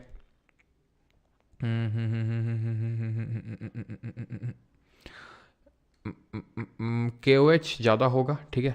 आपका बेसिक कैरेक्टर जो है बढ़ेगा, ठीक है, बेसिक कैरेक्टर ऊपर से नीचे जाने में बढ़ेगा, तो यहाँ पर कोई ऑप्शन नहीं क्या है, तो ये वाला होगा आपका, एक सेकंड रुको रुको रुको रुको रुको रुको रुको रुको रुको रुको, सबसे ज़्यादा ये होगा, देन ये देन ये देन ये, ठीक है। ऑप्शन नंबर सी मुझे लगा ऑप्शन नहीं, तो यहाँ पर ऊपर से नीचे जाने में बेसिसिटी बढ़ेगी, ठीक है, ध्यान रखिएगा, इस चीज़ को ध्यान रखिएगा कि आपकी जो बेसिसिटी है वो बढ़ेगी ऊपर से नीचे जाने में। क्यों बढ़ेगी, क्योंकि ऊपर से नीचे जाने में साइज़ बढ़ेगा, तो उसकी वजह से यहाँ पर सीजियम हाइड्रोक्साइड का ज़्यादा बेसिसिटी होगा, देन क्या पोटेशियम हाइड्रोक्साइड का, देन सोडियम हाइड्रोक्साइड का, देन लिथियम हाइड्रोक्साइड का, ठीक है। ऊपर से नीचे जाने में बेसिसिटी बढ़ेगा। What are the bases that are soluble in water called as, तो जो सॉल्यूट मतलब घुल जाते हैं बेसिस उनको एल्कली बोलते हैं। Which of the following is incorrect about cooking of food, तो इनमें से कौन सा गलत है, it makes it easier to digest, yes. Results in the loss of certain nutrient, yes. Vitamin C destroy हो जाता है, येस। विटामिन डी डिस्ट्रॉय नहीं होता, विटामिन डी तो हमारी बॉडी सनलाइट से और बाकी सोर्सेज से सिंथेसाइज करती है। Which food item has a pH value between 2 से 3? 2 से 3 के बीच में किसका पीएच वैल्यू होता है? टमाटर के जूस का, ब्लैकबेरी जूस, एप्पल जूस है, फिर लेमन। तो ये होता है लेमन का। 2 से थोड़ा सा इसका बड़ा होता है, ठीक है। 1.6 किसका होता है? गैस्ट्रिक जूस का। और आखिरी क्वेश्चन है ये आपका, विच of the following is chemical formula of baking soda? तो बेकिंग सोडा क्या है? NaHCO3। आई थिंक वही क्वेश्चन है बार बार, ठीक है। तो ये आप होमवर्क में करेंगे, बाकी जो भी आपका डाउट होगा तो आप बता देंगे, और जब हमारी अगली बैच में क्लास होगी तो उसमें हम इनको देख लेंगे, ठीक है। तो मैंने 5 क्वेश्चन, आई थिंक 5-6 क्वेश्चन वहाँ पर छूटे थे SSC वाले, और 15, आई थिंक 10-15 क्वेश्चन यहाँ पे है, ठीक है। ये कुछ क्वेश्चन छूटे थे यहाँ पे।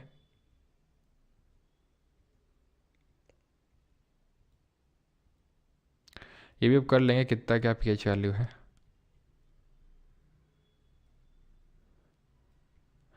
चलो ये तो ये वाला क्वेश्चन करो, what is the coordination number of Na positive and Cl negative in NaCl का लैटिस? तो NaCl का जो लैटिस स्ट्रक्चर बनता है, आपने क्लास 11 में पढ़ा होगा, उसमें एक Na पॉजिटिव के लिए 6 Cl नेगेटिव चाहिए होते हैं, ठीक है। तो 1-6 हो जाएगा इसका। बाकी ये तो यार कर ही लोगे। ह्यूमन बॉडी कितने पीएच रेंज पे काम करती है? ऑर्गेनिक केमिस्ट्री भी पढ़ाओ भैया, कल कार्बन एंड इट्स कंपाउंड होगा, ठीक है। उसी को ऑर्गेनिक केमिस्ट्री बोलते हैं शायद, है कि नहीं? अगर पता हो तो थोड़ा बहुत। 7 से 7.8 नैरो पीएच रेंज पे हमारी बॉडी वर्क करती है। बोरैक्स क्या होता है? Na2B4O7। सोडियम बोरॉन, ठीक है, sodium boron O7, sodium boron oxygen, ये तो हट जाएगा। मैग्नीशियम नहीं होता है उसमें, ये भी हट जाएगा। नाइट्रोजन भी नहीं होता है, आपका ये हो जाएगा, ठीक। चलो, तो ब्लीचिंग पाउडर वगैरह सब आपको पता है, ठीक है। आप इसको जितने भी क्वेश्चन बाकी करेंगे सॉल्व करेंगे, और अगर किसी में डाउट होगा तो जो हमारी नेक्स्ट क्लास होगी बैच में, उसमें आप क्वेश्चन पूछ सकते हैं। फिजिक्स नहीं स्टार्ट होगी अभी, केमिस्ट्री स्टार्ट होगी, ऑलराइट। बाकी जिन लोगों को बैच वगैरह लेना है तो एनरोल कर सकते हैं।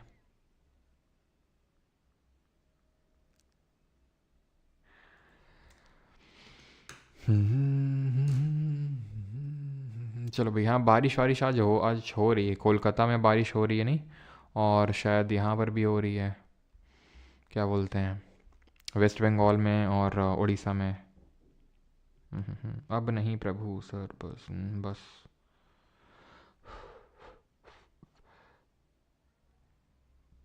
सर ये क्वेश्चन पॉलिटी रिलेटेड है, आर्टिकल कितने तक याद करूं? आर्टिकल जितने याद करवाएं उतने याद करने हैं आपको, मतलब सारे नहीं याद करने हैं, लेकिन पार्ट 5 मतलब फंडामेंटल आई DPSP इन सब के तो याद होने ही चाहिए।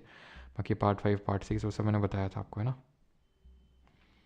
हिस्ट्री में 1 महीना तो लगेगा ही, ठीक है, 1 महीना तो लगेगा ही आपको।